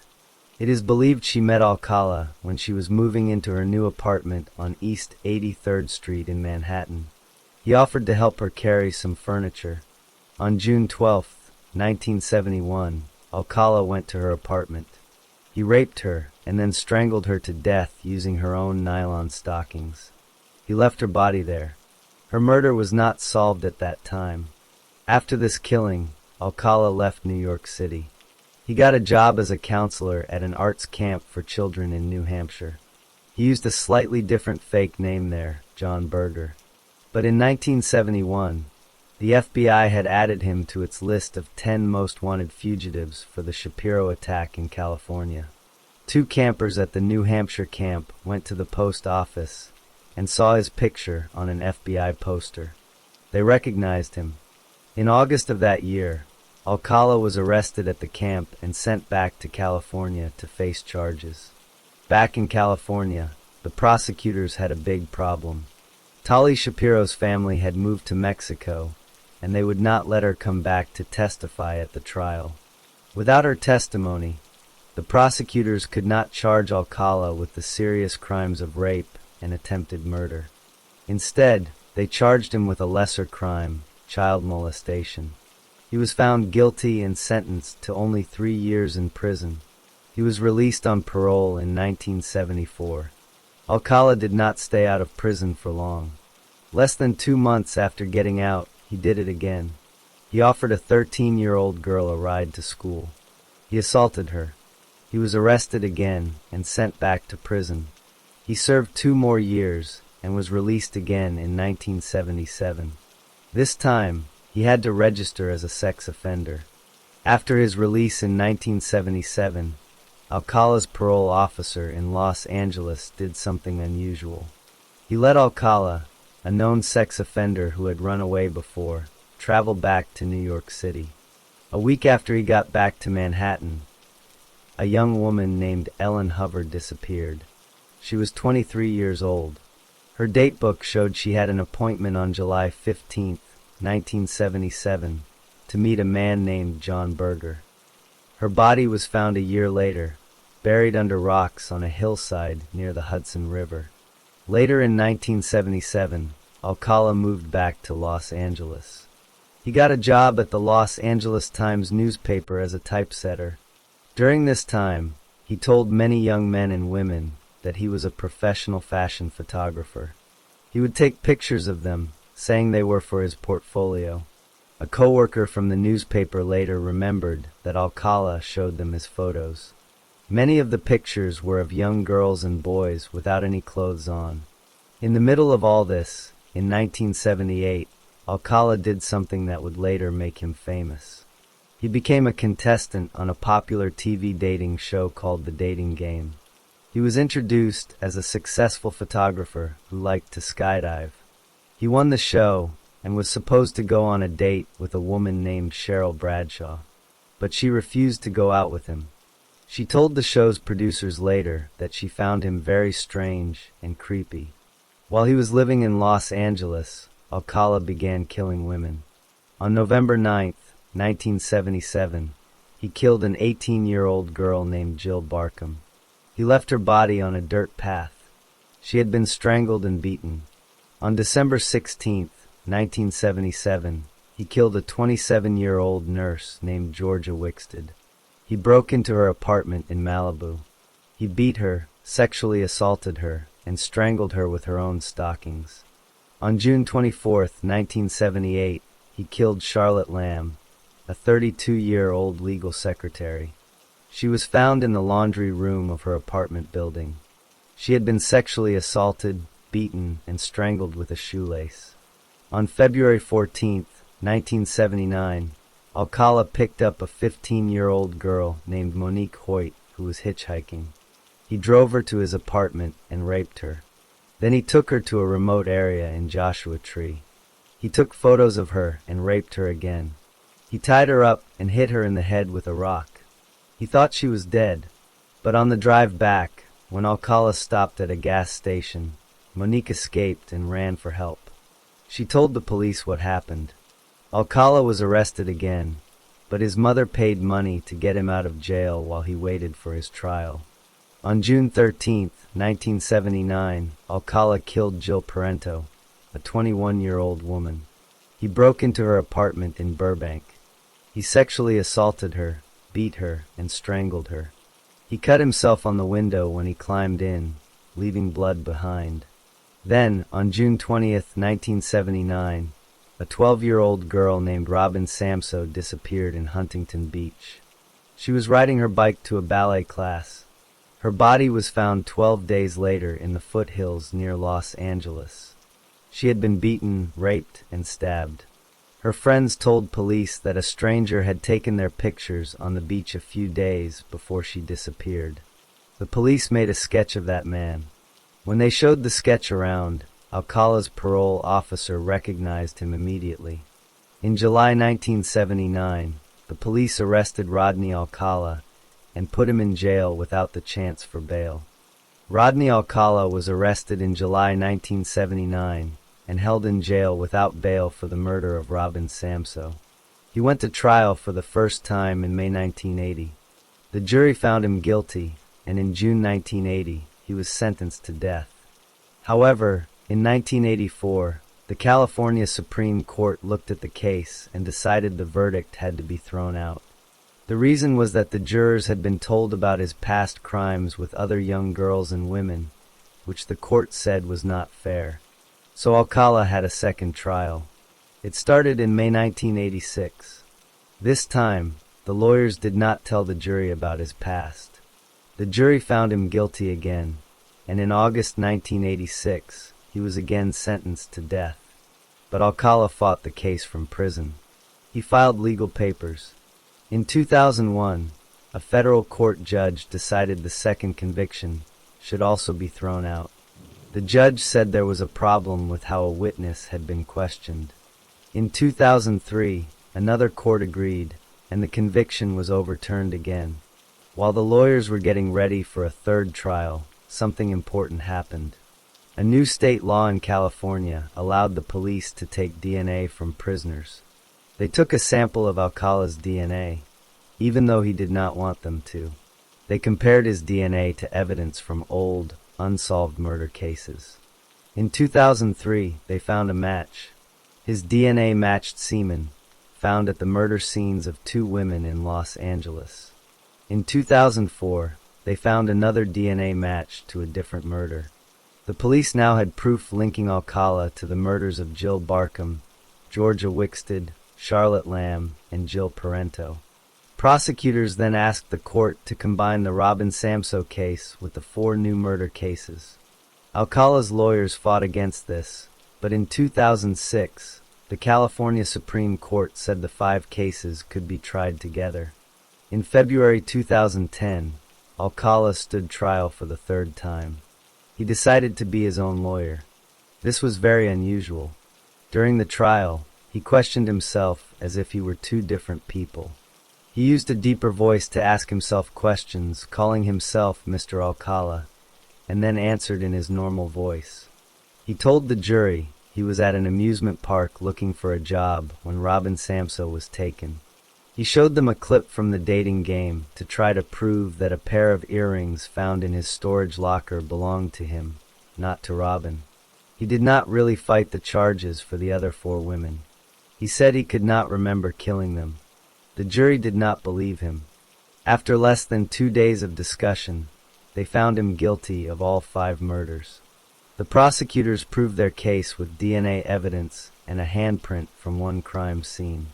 During the next part of the trial, where the jury would decide his punishment, a surprise witness appeared. It was Tali Shapiro, the 8-year-old girl he had attacked in 1968. She was now a grown woman, and she testified about what he had done to her. In March 2010, the jury gave Alcala a death sentence for the 3rd time. After this conviction, police in New York City looked again at their old cases. They linked Alcala to the 1971 murder of Cornelia Crilly and the 1977 murder of Ellen Hubbard. In January 2011, a grand jury in New York formally charged him with these 2 murders.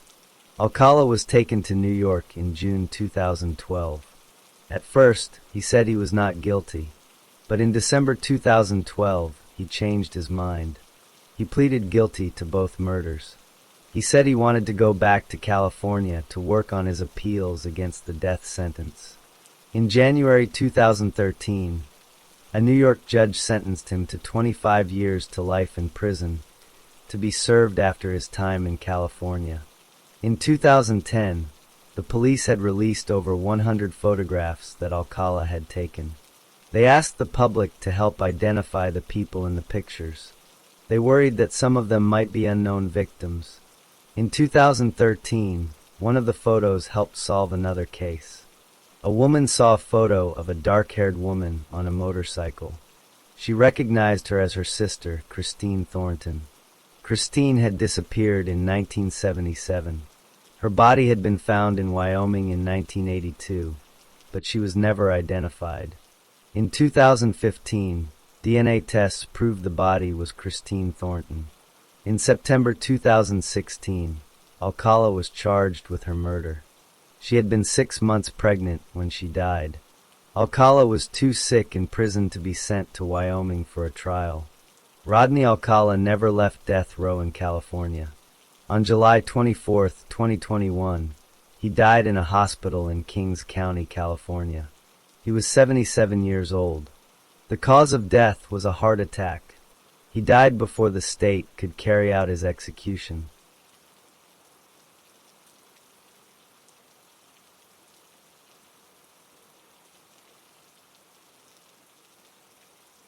Story 6. John Wayne Gacy was born on March 17, 1942, in Chicago, Illinois. He was the second of 3 children and the only son born to John Stanley Gacy and Marion Elaine Robison. His father worked as an auto repair machinist and had served in World War I. His mother stayed at home to raise the children. The family was Catholic and had Polish and Danish roots. From a very young age, Gacy was close to his mother and his 2 sisters. But his relationship with his father was extremely difficult. His father was an alcoholic who drank heavily and often became angry and violent. He regularly beat his son and insulted him. When Gacy was only 4 years old, his father beat him because he accidentally messed up some car engine parts. The elder Gacy often called his son names like dumb and stupid. He compared him to his sisters and always found him lacking. When Gacy's mother tried to protect her son from these beatings, his father accused her of making Gacy into a mama's boy and a sissy. He would tell the boy he would probably grow up queer. When Gacy was 7 years old in 1949, his father whipped him after he and another boy were caught touching a young girl in a sexual way. That same year, a family friend began to sexually abuse Gacy. This abuse happened more than once. Gacy never told his father about it because he was afraid his father would blame him for it. Even with all the abuse, Gacy still wanted his father's love and approval. But he always felt he was never good enough in his father's eyes. As a child, Gacy was overweight and not good at sports. He had a heart condition that prevented him from playing sports like other boys. When he was in the 4th grade, he started having blackouts where he would lose consciousness. He had to go to the hospital several times because of these episodes. In 1957, he had his appendix burst and needed more hospital care. Between the ages of 14 and 18, Gacy spent almost a full year in the hospital total. He missed so much school that his grades got worse. Doctors could never figure out exactly what was wrong with him. His father thought he was faking being sick. One time, while Gacy was lying in a hospital bed, his father stood there and accused him of pretending just to get attention. In 1960, when he was 18, Gacy got involved in local politics. He worked as an assistant precinct captain for a Democratic Party candidate. This made his father angry. His father called him a patsy, which means someone who is easily tricked or used by others. That same year, his father bought him a car, but kept the ownership papers in his own name. Gacy had to pay for the car over several years. If Gacy did something his father did not like, his father would take the car keys away. In April 1962, Gacy bought an extra set of keys, so his father could not control him that way. When his father found out, he removed the distributor cap from the car engine so it would not start. He kept the cap for 3 days. Hours after his father finally put the cap back, Gacy packed a bag and left home. He drove to Las Vegas, Nevada, with only $136 in his pocket. He hoped to live with a cousin there. In Las Vegas, Gacy got a job working on an ambulance. Then he moved to a job at a mortuary called Palm Mortuary. He worked there for 3 months. He watched the morticians prepare dead bodies for burial by embalming them. Sometimes he worked as a pallbearer, which means he helped carry the caskets at funerals. He slept on a small cot in a room behind the embalming room. One night, when he was alone, he climbed into the coffin of a dead teenage boy. He held the body and touched it. Then he suddenly felt shocked by what he was doing. This experience made him decide to leave Las Vegas and go back home to Chicago. After returning home, Gacy enrolled at Northwestern Business College, even though he had not finished high school. He graduated in 1963. He got a job as a management trainee with the Nunn-Bush Shoe Company. In 1964, the company moved him to Springfield, Illinois, to work as a salesman. They later promoted him to department manager. In March of that year, he became engaged to a woman named Marlon Myers. They had met at work. During the time he was dating Marlon, Gacy joined a local group called the JCs.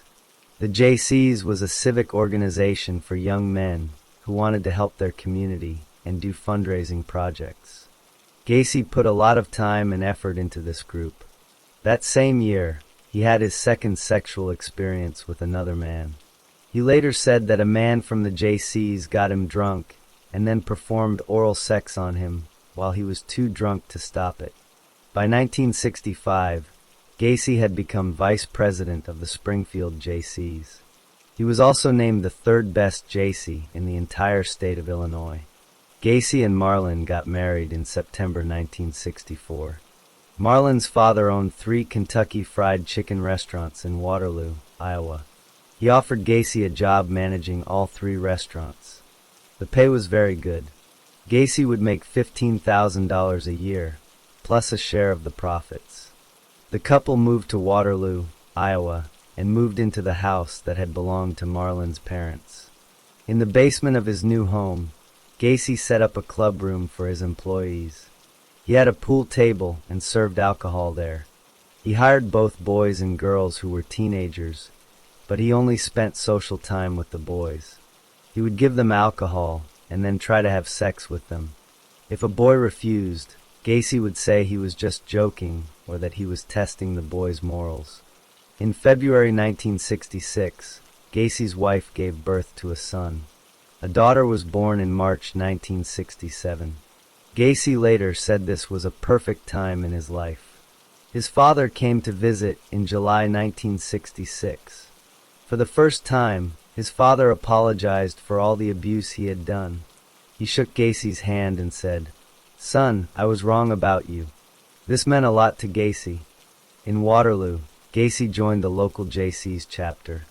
He worked very hard for them, even though he already worked 12 to 14-hour days managing the restaurants. At JC meetings, he often brought fried chicken and asked people to call him Colonel, like Colonel Sanders from KFC. Some of the JC's members were involved in things like drugs, pornography, and swapping wives with each other. Gacy joined in these activities. Other JCs thought Gacy was ambitious and sometimes bragged too much, but they respected him for his fundraising work. In 1967, he was named Outstanding Vice President of the Waterloo JCs and served on their board of directors. In August 1967, Gacy sexually assaulted a 15-year-old boy named Donald Voorhees Jr. The boy was the son of a local politician who was also a JC. Gacy invited the boy to his house. He said he would show him movies that were shown at JC parties. These were movies with naked people having sex.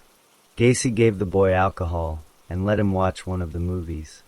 Then he convinced the boy to have oral sex with him.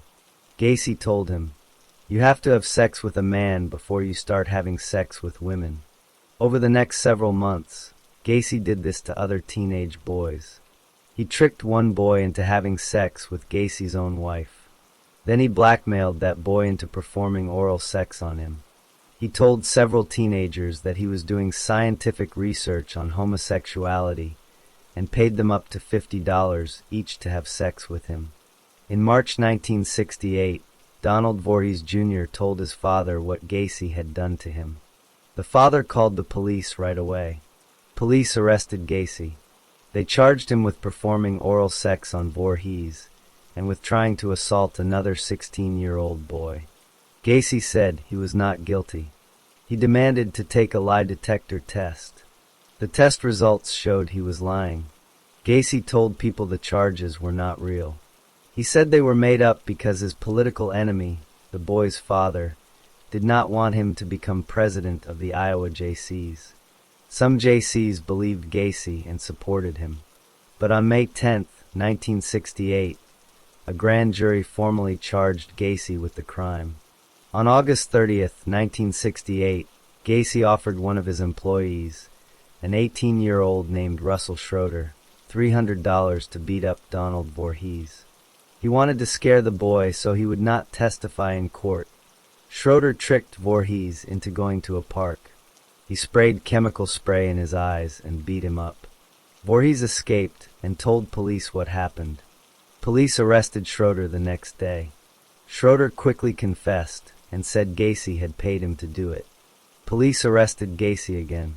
This time they charged him with hiring someone to assault and threaten a witness.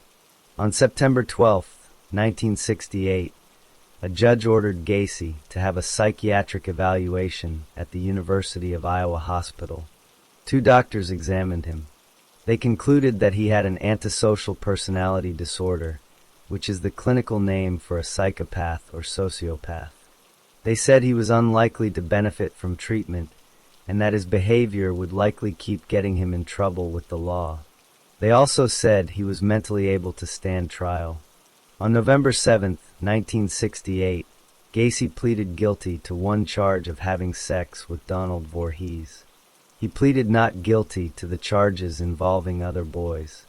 He claimed that Voorhees had offered himself to him and that he was just curious. The judge did not believe him. On December 3rd, Gacy was found guilty of sodomy. The judge sentenced him to 10 years in prison. He was sent to the Anamosa State Penitentiary in Iowa. That same day, Gacy's wife asked for a divorce. She asked the court to give her the house, the property, full custody of their 2 children, and money from Gacy to support her. The court agreed. The divorce was finalized on September 18, 1969. Gacy never saw his first wife or his 2 children again. In prison, Gacy behaved very well. Within a few months, he became the head cook. He joined the prison JC chapter and helped increase its membership from 50 men to 650 men in less than 18 months. He worked to get the inmates better pay for their kitchen work. He helped install a miniature golf course for inmates. In February 1970, he received an award for his work with the prison JCs. In June 1969, Gacy was denied early release. To prepare for another chance at release in May 1970, he completed 16 high school courses and got his diploma in November 1969. On Christmas Day 1969, Gacy's father died from liver disease caused by alcoholism. When prison guards told Gacy his father had died, he fell to the floor and cried. He asked to be let out of prison on a supervised visit to attend the funeral. His request was denied. Gacy was granted early release on June 18, 1970. He had served 18 months of his 10-year sentence. The terms of his release said he had to follow a curfew and move back to Chicago to live with his mother. A friend from the JCs picked him up from prison. This friend still believed Gacy was innocent of the crimes. Gacy told him he would never go back to jail and that he planned to return to Waterloo. But within 24 hours, Gacy got on a bus and moved to Chicago instead. He arrived on June 19th and soon found a job cooking in a restaurant. On February 12, 1971, police charged Gacy again. A teenage boy said Gacy had picked him up at the Greyhound bus station in Chicago, driven him home, and tried to force him to have sex. The court dropped the charges when the boy did not show up for the hearing. On June 22nd, police arrested Gacy again. Another youth said Gacy had shown him a sheriff's badge, lured him into his car, and forced him to have oral sex. Those charges were dropped when the boy tried to blackmail Gacy for money. The parole board in Iowa never found out about these new charges. Gacy's parole ended on October 18, 1971. 1 month later, his criminal records from Iowa were sealed, meaning they were hidden from public view. With financial help from his mother, Gacy bought a house at 8213 West Summerdale Avenue in Norwood Park Township, Illinois. This was an area near Chicago.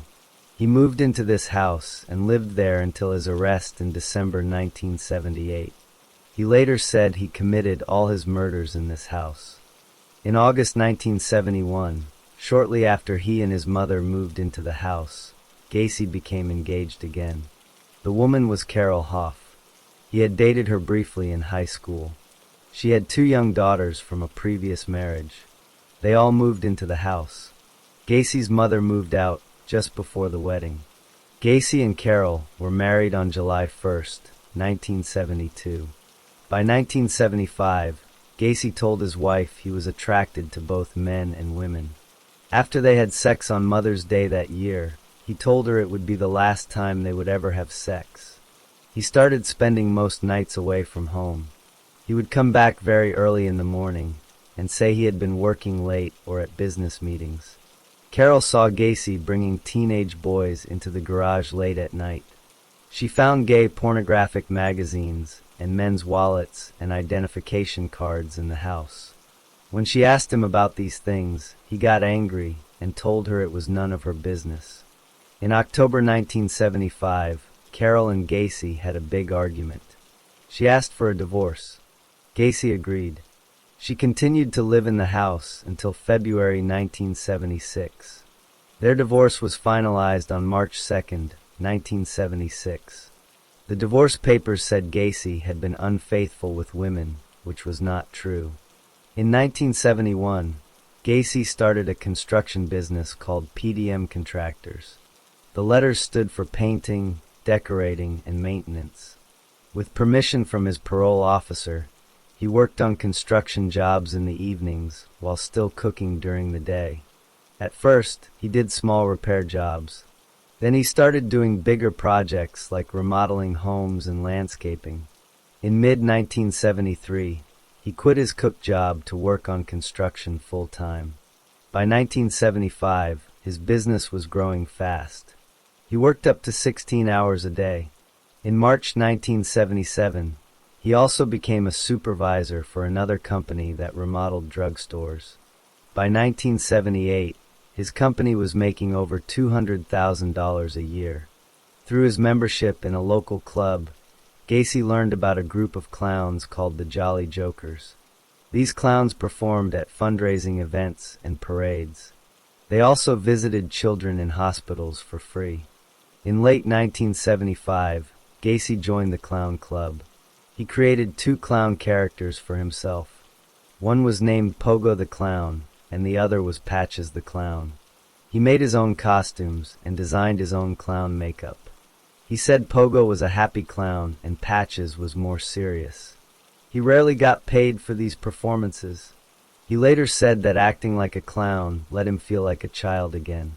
He performed at many local parties, political events, and children's hospitals during the same years he was murdering people. Most of the workers Gacy hired for his construction company were high school boys and young men. He often tried to have sex with his workers. He would offer them the use of his cars, money, or promotions at work in exchange for sexual favors. He also told workers he owned guns. He said to one employee, "Do you know how easy it would be to get one of my guns and kill you? And how easy it would be to get rid of the body?" In 1973, Gacy took a teenage employee on a trip to Florida to look at property he had bought. While they were in the hotel room, Gacy raped the boy. After they returned to Chicago, the boy drove to Gacy's house and beat him up in the front yard. Gacy told his wife the boy had attacked him because he refused to pay him for bad painting work. In May 1975, Gacy hired a 15-year-old boy named Anthony Antonucci. 2 months later, Gacy went to the boy's home. He knew the boy had an injured foot. They drank a bottle of wine together and watched a movie with naked people. Then Gacy wrestled the boy to the floor and put handcuffs on him. But one cuff was loose, and the boy was able to free his arm while Gacy left the room. When Gacy came back, the boy fought with him. He got the key and handcuffed Gacy instead. Gacy threatened him, but then calmed down. He promised to leave if the boy let him go. The boy agreed. Antonucci kept working for Gacy for 9 more months, and Gacy never tried to assault him again. On July 26, 1976, Gacy picked up an 18-year-old hitchhiker named David Cram. He offered him a job with PDM. Cram started working that same evening. On August 21st, Cram moved into Gacy's house. The next day was his 19th birthday. They drank several drinks to celebrate, and Gacy was dressed as Pogo the Clown. Gacy tricked Cram into putting on handcuffs. He swung Cram around and said he intended to rape him. Cram kicked Gacy in the face and got free.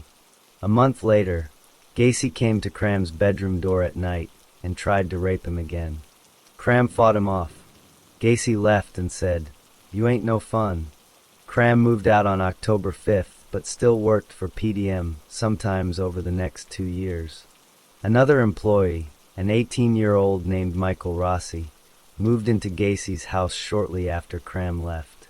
Rossi had worked for PDM since May 1976.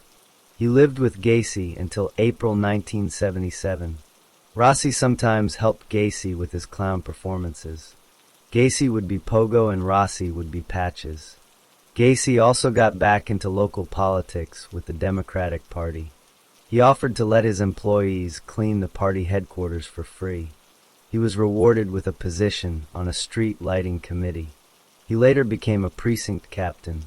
In 1975, he was put in charge of Chicago's annual Polish Constitution Day parade.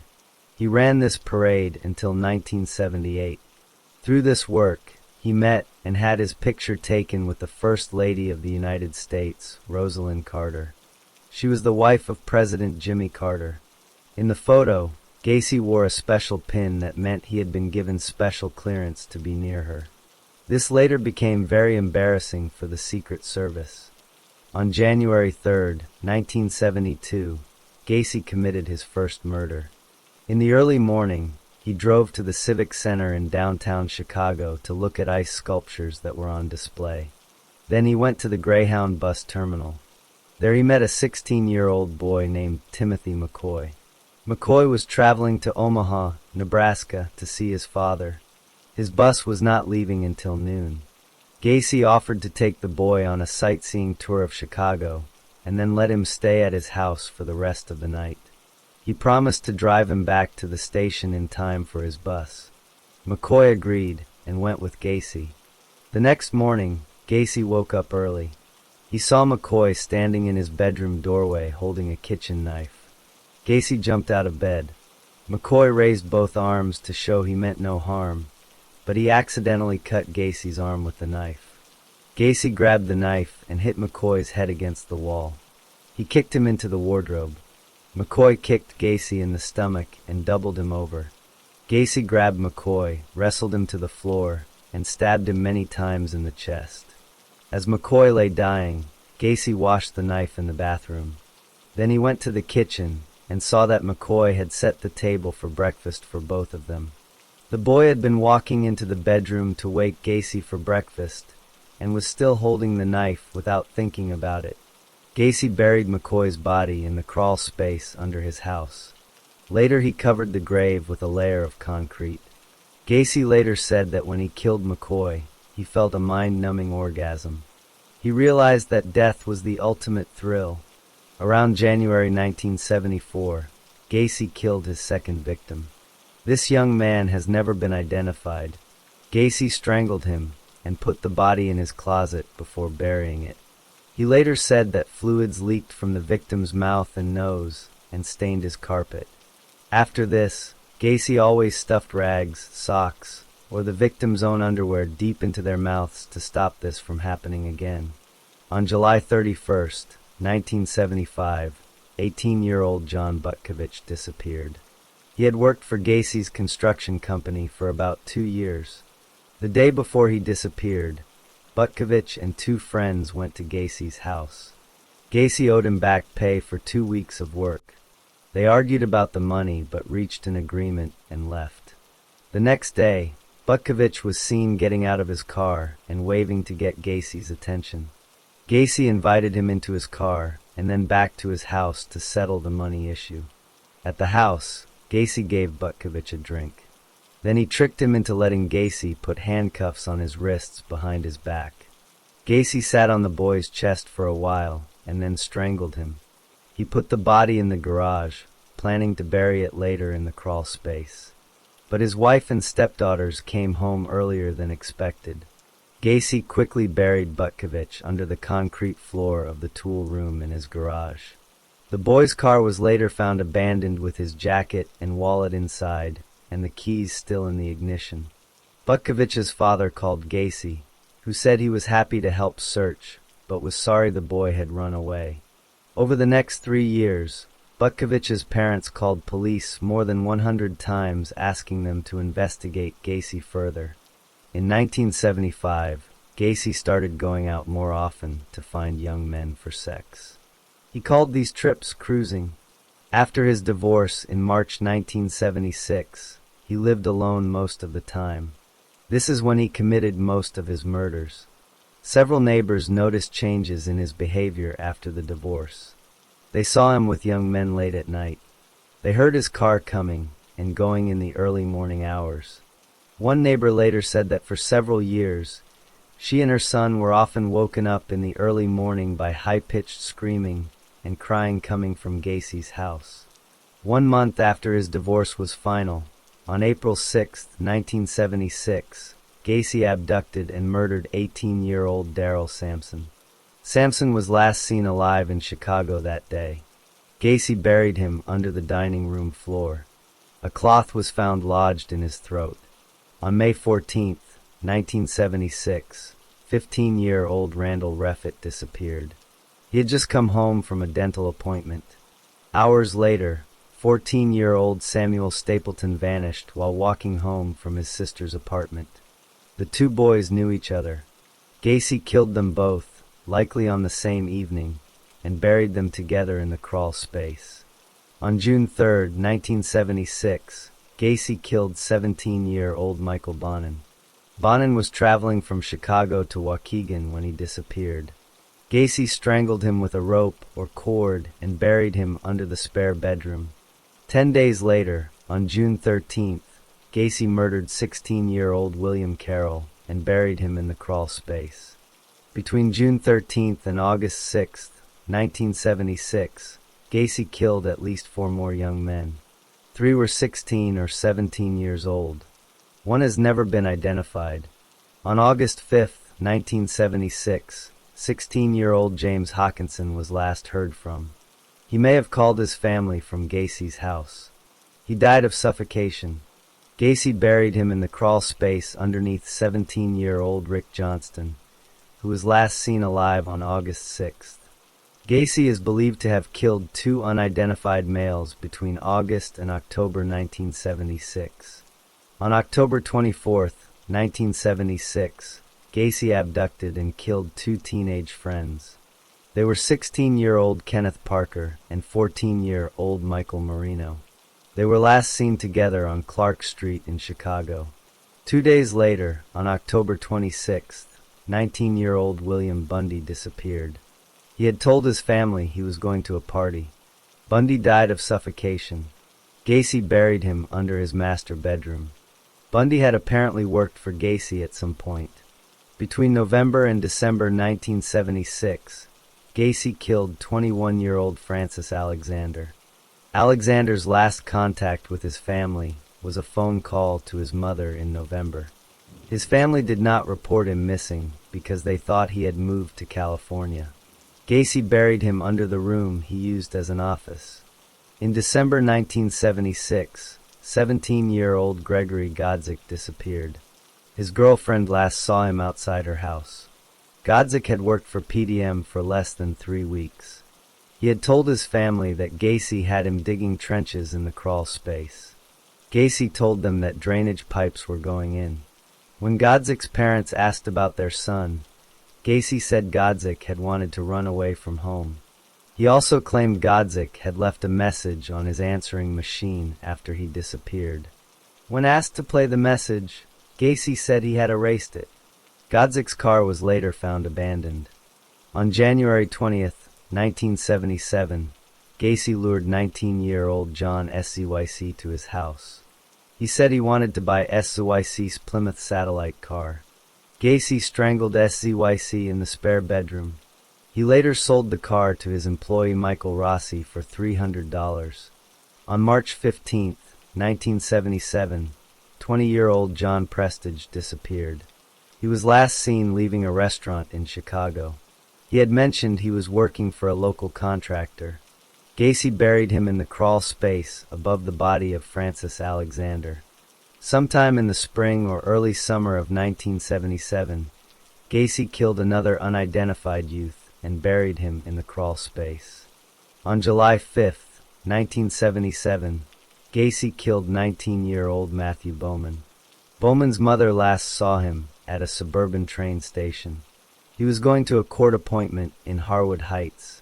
In August 1977, Michael Rossi was arrested for stealing gasoline while driving John SZYC's car.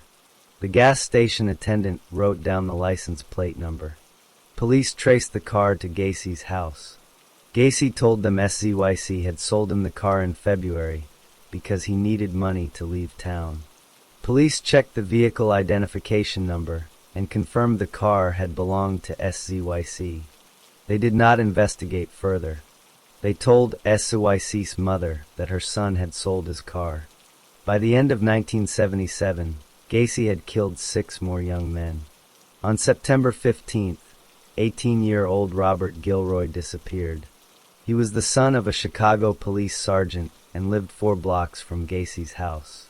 Gacy was in Pittsburgh, Pennsylvania, for a work project from September 12th to September 16th.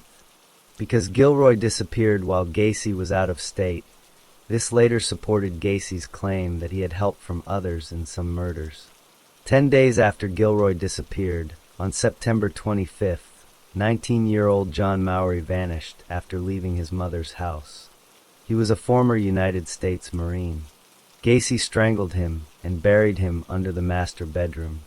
On October 17, 1977, 21-year-old Russell Nelson disappeared. He was last seen outside a bar in Chicago.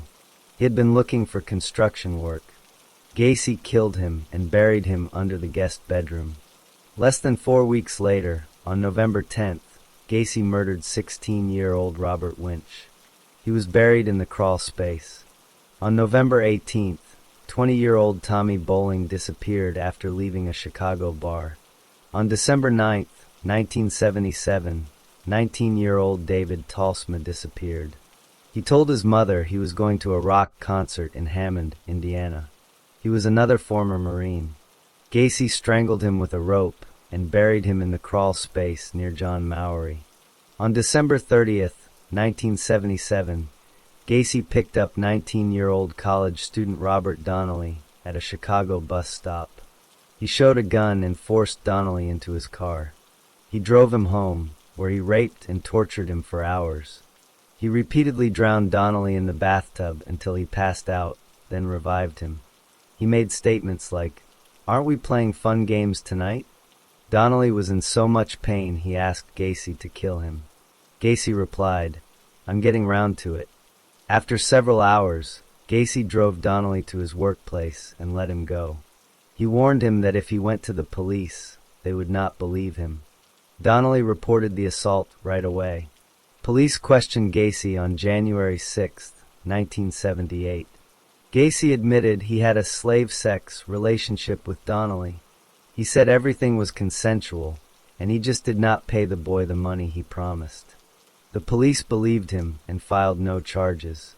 The next month, on February 16th, Gacy killed 19-year-old William Kindred. Kindred disappeared after telling his fiancée he was going to a bar. He knew Gacy. He was the last victim buried in the crawl space. On March 21, 1978, Gacy picked up 26-year-old Jeffrey Rignall. He used chloroform to knock Rignall unconscious and drove him home. At the house, he put Rignall's arms and head in a pillory device attached to the ceiling and locked his feet in another device. He raped and tortured Rignall with candles and whips. He kept knocking him unconscious with chloroform. Then he dumped Rignall in Lincoln Park in Chicago, still alive but unconscious. Rignall managed to get to his girlfriend's apartment. He reported the assault to police. They did not investigate Gacy, but Rignall remembered details about the car and the route. He and two friends watched the expressway exit.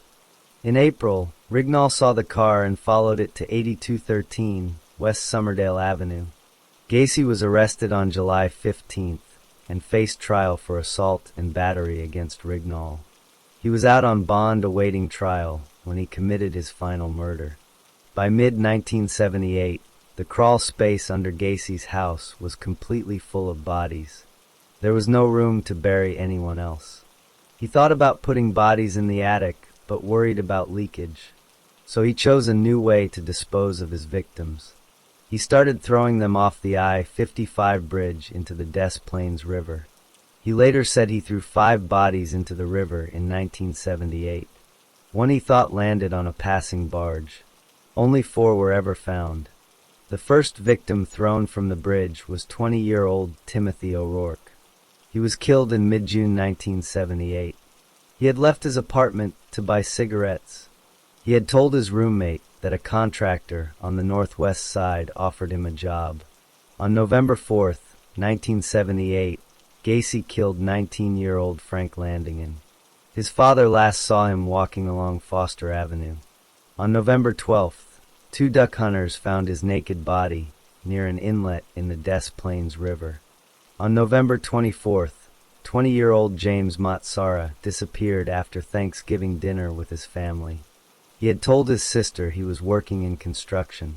He was last seen walking toward an area called Bughouse Square. On the afternoon of December 11th, 1978, Gacy went to the Nissen Pharmacy in Des Plaines, Illinois. He wanted to talk to the store owner about a remodeling job. While he was there, he spoke within hearing of a 15-year-old part-time employee named Robert Piest. Gacy mentioned that his construction company often hired teenage boys. He said the starting wage was $5 an hour. That was almost double what Robert earned at the pharmacy. Shortly after Gacy left, Robert's mother arrived at the store to drive him home. It was her birthday, and the family was going to celebrate together. Robert asked his mother to wait. He said some contractor wanted to talk to him about a job. He left the store at 9 p.m. and promised to return shortly. Robert Piest was murdered at Gacy's house shortly after 10 p.m. that night. Gacy later said that at his house, he gave Robert a soft drink. Then he asked if there was anything he would not do for the right price. Robert said he did not mind working hard. Gacy said good money could be earned by hustling. Robert was not interested. Then Gacy tricked Robert into putting on handcuffs. In one version of events, Gacy said Robert did not resist as he took off his pants. He said that as he put the rope around Robert's neck, the boy was crying and scared. Gacy admitted he received a phone call from a business associate while Robert lay dying. Gacy kept Robert's body at his house that night. He slept next to it. In the early morning of December 13th, he drove to the I-55 bridge and threw Robert's body into the Des Plaines River. On his way back, his car slid off an ice-covered road and had to be towed out. He then went to the police station to answer questions about Robert's disappearance. When Robert Piest did not come home on the night of December 11th, 1978, his family waited and worried. By the next morning, they knew something was very wrong. Robert was a responsible boy who would not just disappear. His family filed a missing person report with the Des Plaines police. The police went to the Nissen Pharmacy to talk to the owner, Phil Torf. Torf told them about the contractor who had been in the store the night Robert disappeared. He gave them the name John Gacy. Lieutenant Joseph Kozenzak was the police officer in charge of the case. His son went to the same high school as Robert. He decided to investigate Gacy right away. He checked Gacy's criminal background. The check showed that Gacy had an outstanding battery charge in Chicago. It also showed he had been in prison in Iowa for having sex with a 15-year-old boy. On the evening of December 12th, Kozenzak and 2 other officers went to Gacy's house at 8213 West Somerdale Avenue. Gacy told them he had asked one of the boys at the pharmacy about remodeling materials behind the store. He thought that boy might have been Robert, but he was very clear that he had not offered Robert a job.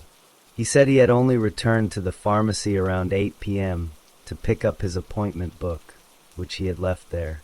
He promised to come to the police station later that night to make a formal statement.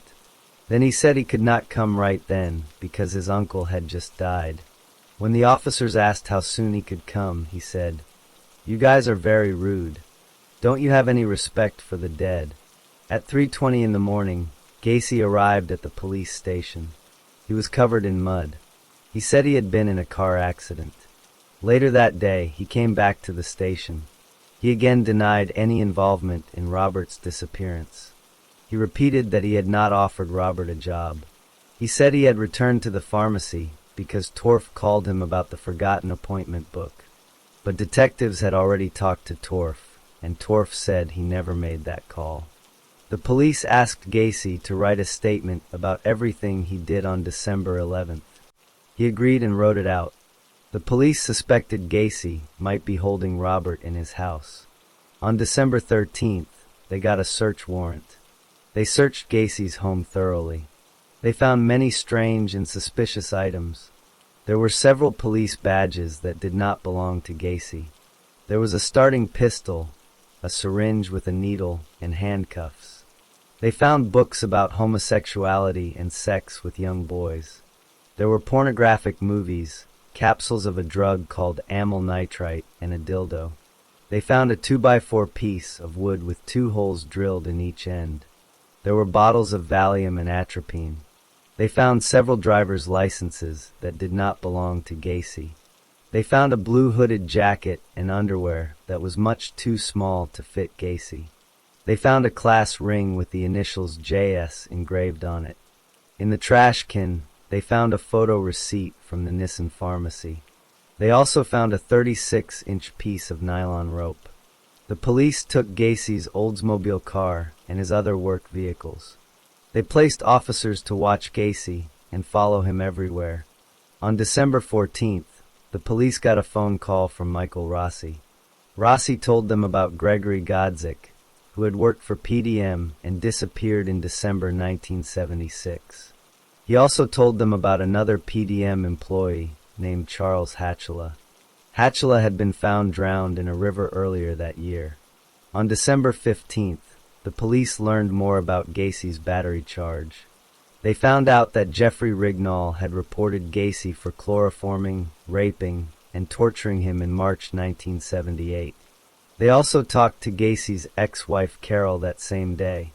She told them about John Butkovich, who had worked for Gacy and disappeared in 1975. The police traced the class ring they had found. The initials JS belonged to John Allen SCYC, who had disappeared in January 1977. They talked to SCYC's mother. She told them several items were missing from her son's apartment, including a Motorola television. By December 16th, Gacy had become friendly with the officers who were watching him. He often invited them to join him for meals at restaurants. Sometimes he invited them for drinks at bars or at his home. He kept saying he had nothing to do with Robert's disappearance. He accused the officers of harassing him because of his political connections. He knew they could not arrest him for small things, so he openly broke traffic laws. He even managed to lose the officers who were following him several times.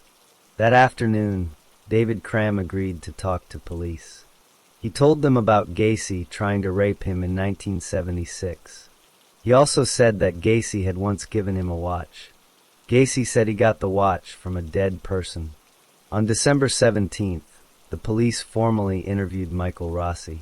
He told them Gacy had sold him John SCYC's car. Gacy had said he bought it from SCYC because SCYC needed money to move to California. The police examined Gacy's Oldsmobile more closely. They found a small cluster of fibers in the trunk that looked like they could be human hair. That evening, they brought in 3 trained search dogs. One dog sat on the passenger seat of Gacy's Oldsmobile. The dog's handler told the officers this was a death reaction. It meant the dog believed Robert's body had been in that car. On December 18th, Gacy invited 2 of the surveillance officers into a restaurant for breakfast. During the meal, he talked about his business, his marriages, and his clown performances. At one point he said, "You know, clowns can get away with murder." By this time, Gacy was showing signs of stress from being watched all the time. He looked tired and anxious. He was not shaved and he was drinking a lot of alcohol. That afternoon, he went to his lawyer's office to prepare a lawsuit against the Des Plaines police.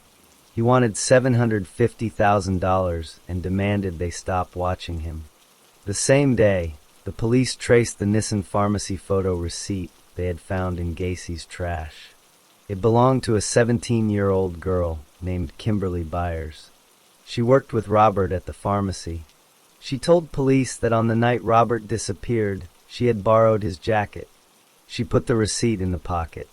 Then she gave the jacket back to Robert just before he left the store. That evening, the police interviewed Michael Rossi again. This time he was more helpful. He told them that in the summer of 1977, Gacy had him spread 10 bags of lime in the crawl space under the house.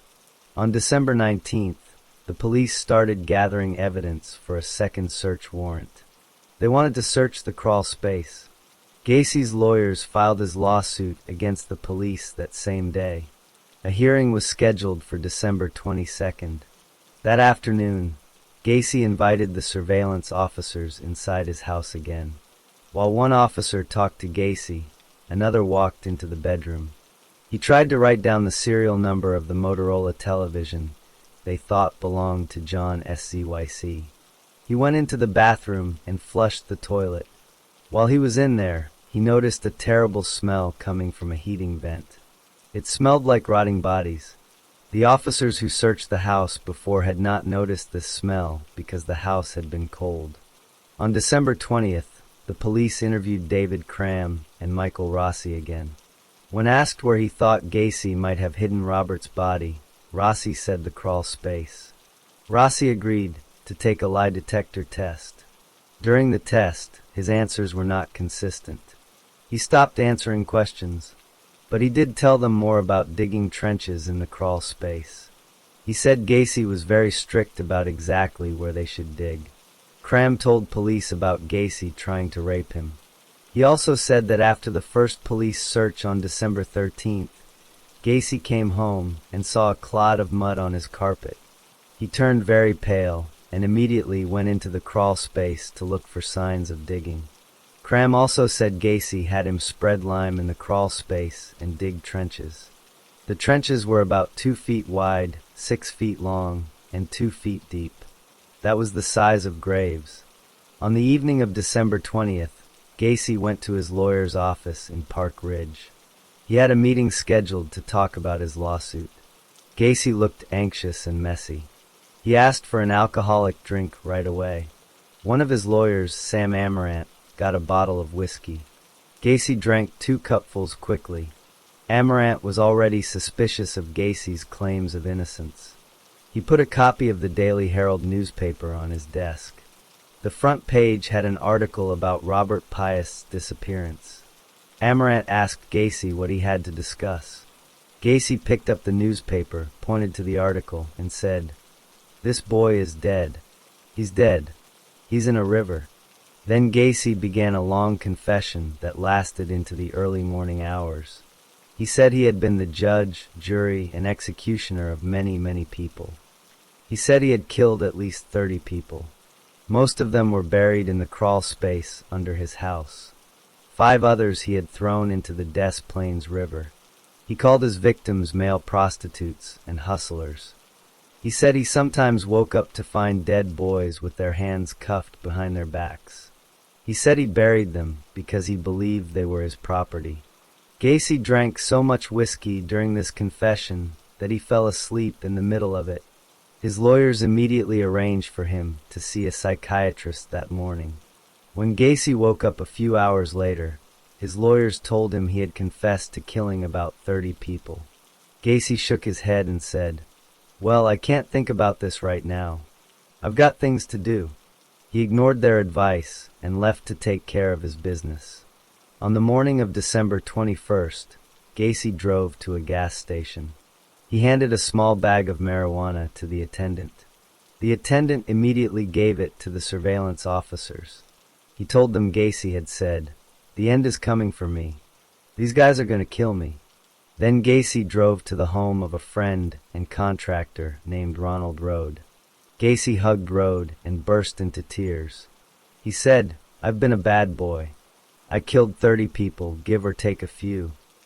Then he drove to David Cram's house to meet with Cram and Michael Rossi. The surveillance officers saw him holding a rosary to his chin, praying while he drove. After talking with Cram and Rossi, Gacy had Cram drive him to a legal meeting. Cram told the surveillance officers that Gacy had confessed to over 30 murders with his lawyers the night before. Then Gacy had Cram drive him to a cemetery where his father was buried. While Gacy was driving around that morning, the police were finishing their second search warrant. They wanted to search the crawl space for Robert Pius' body. When they heard from the surveillance officers that Gacy was acting very strangely and might try to kill himself, they decided to arrest him. They arrested him for possessing and giving away marijuana. This would hold him in custody while they got the search warrant. At 4:30 in the afternoon on December 21st, a judge granted the second search warrant. The police told Gacy they were going to search his crawl space for Robert Pius' body. Gacy said Robert was not buried there, but he admitted he had killed one person in self-defense and buried that body under his garage. The police and evidence technicians drove to Gacy's house. They found that Gacy had unplugged his sump pump. This had flooded the crawl space with water. They plugged the pump back in and waited for the water to drain. Then an evidence technician named Daniel Jenny crawled into the crawl space. The space was 28 feet by 38 feet.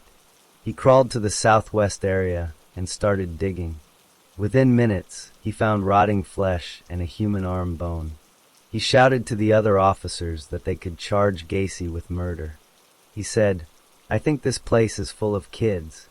A police photographer found a kneecap in the northeast corner.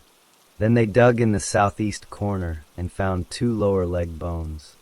The bodies were too decomposed to be Robert Pius. As they dug up one body in the northeast corner, they found a skull next to it. That meant a second victim was buried in the same spot. When they went back to where the first body was found, they discovered ribs from a 4th victim. This confirmed that many bodies were buried in the crawl space. When police told Gacy they had found human remains in his crawl space, and he would now face murder charges, Gacy said he wanted to clear the air. In the early morning of December 22nd, with his lawyers present, Gacy gave a formal statement. He confessed to murdering about 30 young males. He said all of them came to his house willingly. He named some victims, but said he did not know or remember most of their names. He said they were runaways or prostitutes. He said he only dug 5 of the graves himself. His employees, including Gregory Godzik, dug the other trenches so he would have graves ready. When shown a driver's license found on his property for a man named Robert Hasen, Gacy said he did not know him, but the license must have belonged to one of his victims. He also said he planned to cover the entire crawl space with concrete in January 1979 to hide the bodies forever. When asked about Robert Pius specifically, Gacy confessed to luring him to the house and strangling him on December 11th. He admitted sleeping next to Robert's body that night. He threw the body into the Des Plaines River in the early morning of December 13th. On his way to the police station that morning, he had a minor car accident after sliding on ice. On December 23rd, police drove Gacy to the I-55 bridge. He showed them exactly where he threw Robert Pius and 4 other victims into the river. Then they took him to his house. He marked his garage floor with orange spray paint to show where he buried John Butkovich. He also drew a rough diagram of his basement to show where all the bodies were buried. Over the next week, police dug up 26 bodies from Gacy's crawl space. 3 more bodies were found elsewhere on his property. As they took apart the flooring and walls of the house, they found more evidence. They found identification cards and more pornographic books. The bodies were in very bad condition from decomposition. Medical examiners had to use dental records and x-rays to identify them. The first body recovered from the crawl space was identified on January 6, 1979, as John Prestage. John Butkovich was identified on December 29, 1978. John Szyc and Gregory Godzik were also identified on December 29. Samuel Stapleton was identified on November 14, 1979. Randall Reffitt was identified on April 12, 1979. Matthew Bowman was identified on January 29, 1979. Timothy McCoy was not identified until May 1986 through dental records and a unique belt buckle. Michael Bonin was identified on January 6, 1979. William Carroll was identified on March 17, 1979. James Hawkinson was not identified until July 2017 using DNA testing. Rick Johnston was identified on January 1, 1979. Kenneth Parker and Michael Marino were identified on March 29, 1980. William Bundy was identified in November 2011 through DNA testing. Francis Alexander was identified in October 2021 through forensic genealogy. Robert Gilroy was identified on January 6, 1979. John Mowry was identified on January 27, 1979. Russell Nelson was identified on January 6, 1979. Robert Winch was identified on September 11, 1979. Tommy Bowling was also identified on September 11, 1979. David Talsma was identified on November 16, 1979. William Kindred was identified on May 16, 1979. The 4 victims thrown into the Des Plaines River were also recovered. Timothy O'Rourke's body was found on June 30, 1978, but was not linked to Gacy until after his arrest. He was identified on January 9, 1979. Frank Landingen's body was found on November 12, 1978, and identified through fingerprint records. James Matsara's body was found on December 28, 1978, and identified 2 days later. Robert Pius' body was found on April 9, 1979, by a man walking along a river path. He was identified that same evening through dental records. 5 victims have never been identified. They are known only by the numbers assigned to their bodies. Body 10, Body 13, Body 21, Body 26, and Body 28. Police have used their skulls to create facial reconstructions. They continue to seek DNA samples from families of young men who went missing in the 1970s. Gacy's trial began on February 6, 1980. He was charged with 33 counts of murder. The trial was held in the Cook County Criminal Court building in Chicago. Because there was so much news coverage in Chicago, the jury was chosen from Rockford, Illinois. Before the trial, Gacy spent over 300 hours with doctors at a prison in Chester, Illinois. They performed psychological tests to see if he was mentally able to stand trial. Gacy tried to convince them he had multiple personality disorder. He claimed to have 4 different personalities: the hard-working businessman, the clown, the politician, and a bad policeman named Jack Hanley, who actually committed the murders. Gacy's lawyers decided to plead not guilty by reason of insanity. They said Gacy was not in control of his actions and was mentally ill. The prosecutors said Gacy was sane and knew exactly what he was doing. They brought many witnesses to show how carefully Gacy planned his crimes and tried to avoid being caught. David Cram and Michael Rossi testified about digging trenches and spreading lime in the crawl space. They said Gacy watched closely to make sure they dug only where he told them to dig. A medical examiner named Robert Stein testified about the bodies. He said 13 victims died from not being able to breathe, 6 died from being strangled with a rope, 1 died from multiple stab wounds, and for 10 victims the cause could not be determined. When Gacy's lawyers suggested all 33 deaths were accidents from sex games that went wrong, Stein said that was very unlikely. Jeffrey Rignall testified about being tortured by Gacy in March 1978. He cried during his testimony and became so upset he vomited and had to stop. Donald Voorhees tried to testify about what Gacy did to him in 1967, but was too upset to continue. Robert Donnelly testified about his ordeal in December 1977 and was visibly distressed as he described the abuse. During the 5th week of the trial, Gacy wrote a letter to the judge. He asked for a mistrial. He said he did not agree with his lawyers using the insanity defense. He said they would not let him testify. He said the police were lying about things he supposedly said. The judge told Gacy he had the right to testify if he wanted to, but the judge denied the request for a mistrial. On March 11th, the lawyers gave their closing arguments. The prosecutor called Gacy the worst of all murderers. He said Gacy caused more destruction than many natural disasters. He said it was frightening how close Gacy came to getting away with it all. Gacy's lawyer said the state had not proven Gacy was sane. He urged the jury to find him not guilty by reason of insanity, so doctors could study him and learn from his case. The next day, the other prosecutor continued the argument for the state. He said the insanity defense was a sham. He pointed out all the ways Gacy showed he could think clearly and control his actions. He reminded the jury that doctors had warned in 1968 that Gacy would keep hurting people.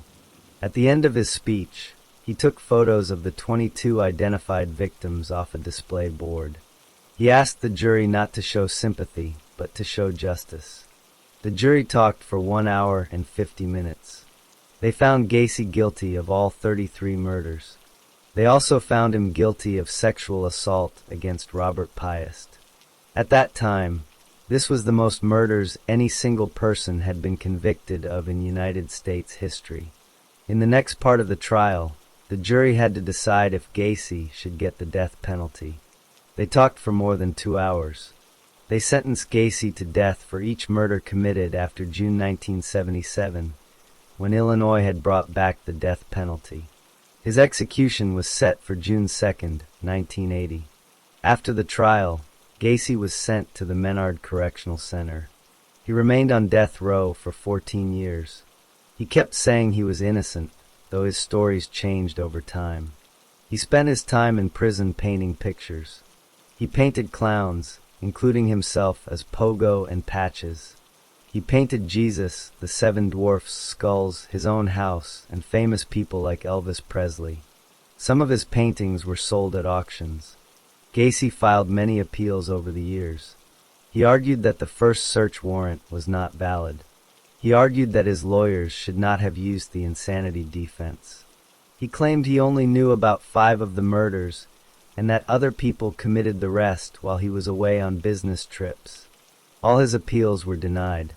In 1984, the Illinois Supreme Court upheld his conviction and set a new execution date.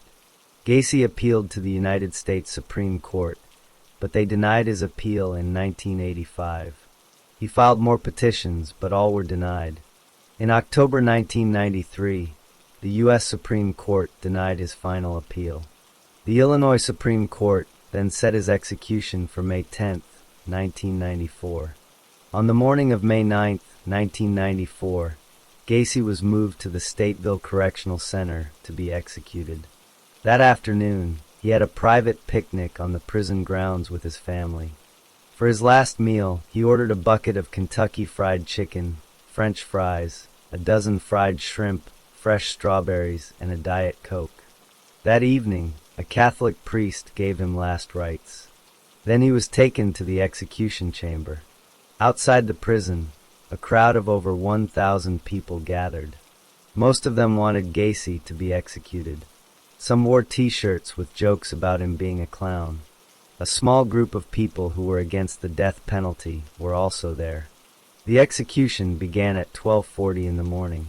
The chemicals used for the lethal injection became thick and clogged the tube. The execution team had to replace the tube. The whole process took 18 minutes. One prosecutor at Gacy's trial said, "He got a much easier death than any of his victims." Gacy's final words to his lawyer before the execution were that killing him would not bring back the victims and that the state was murdering him. His last spoken words to a prison official were reported to be "kiss my ass." He was pronounced dead at 12:58 a.m. on May 10, 1994. After his death, Gacy's brain was removed.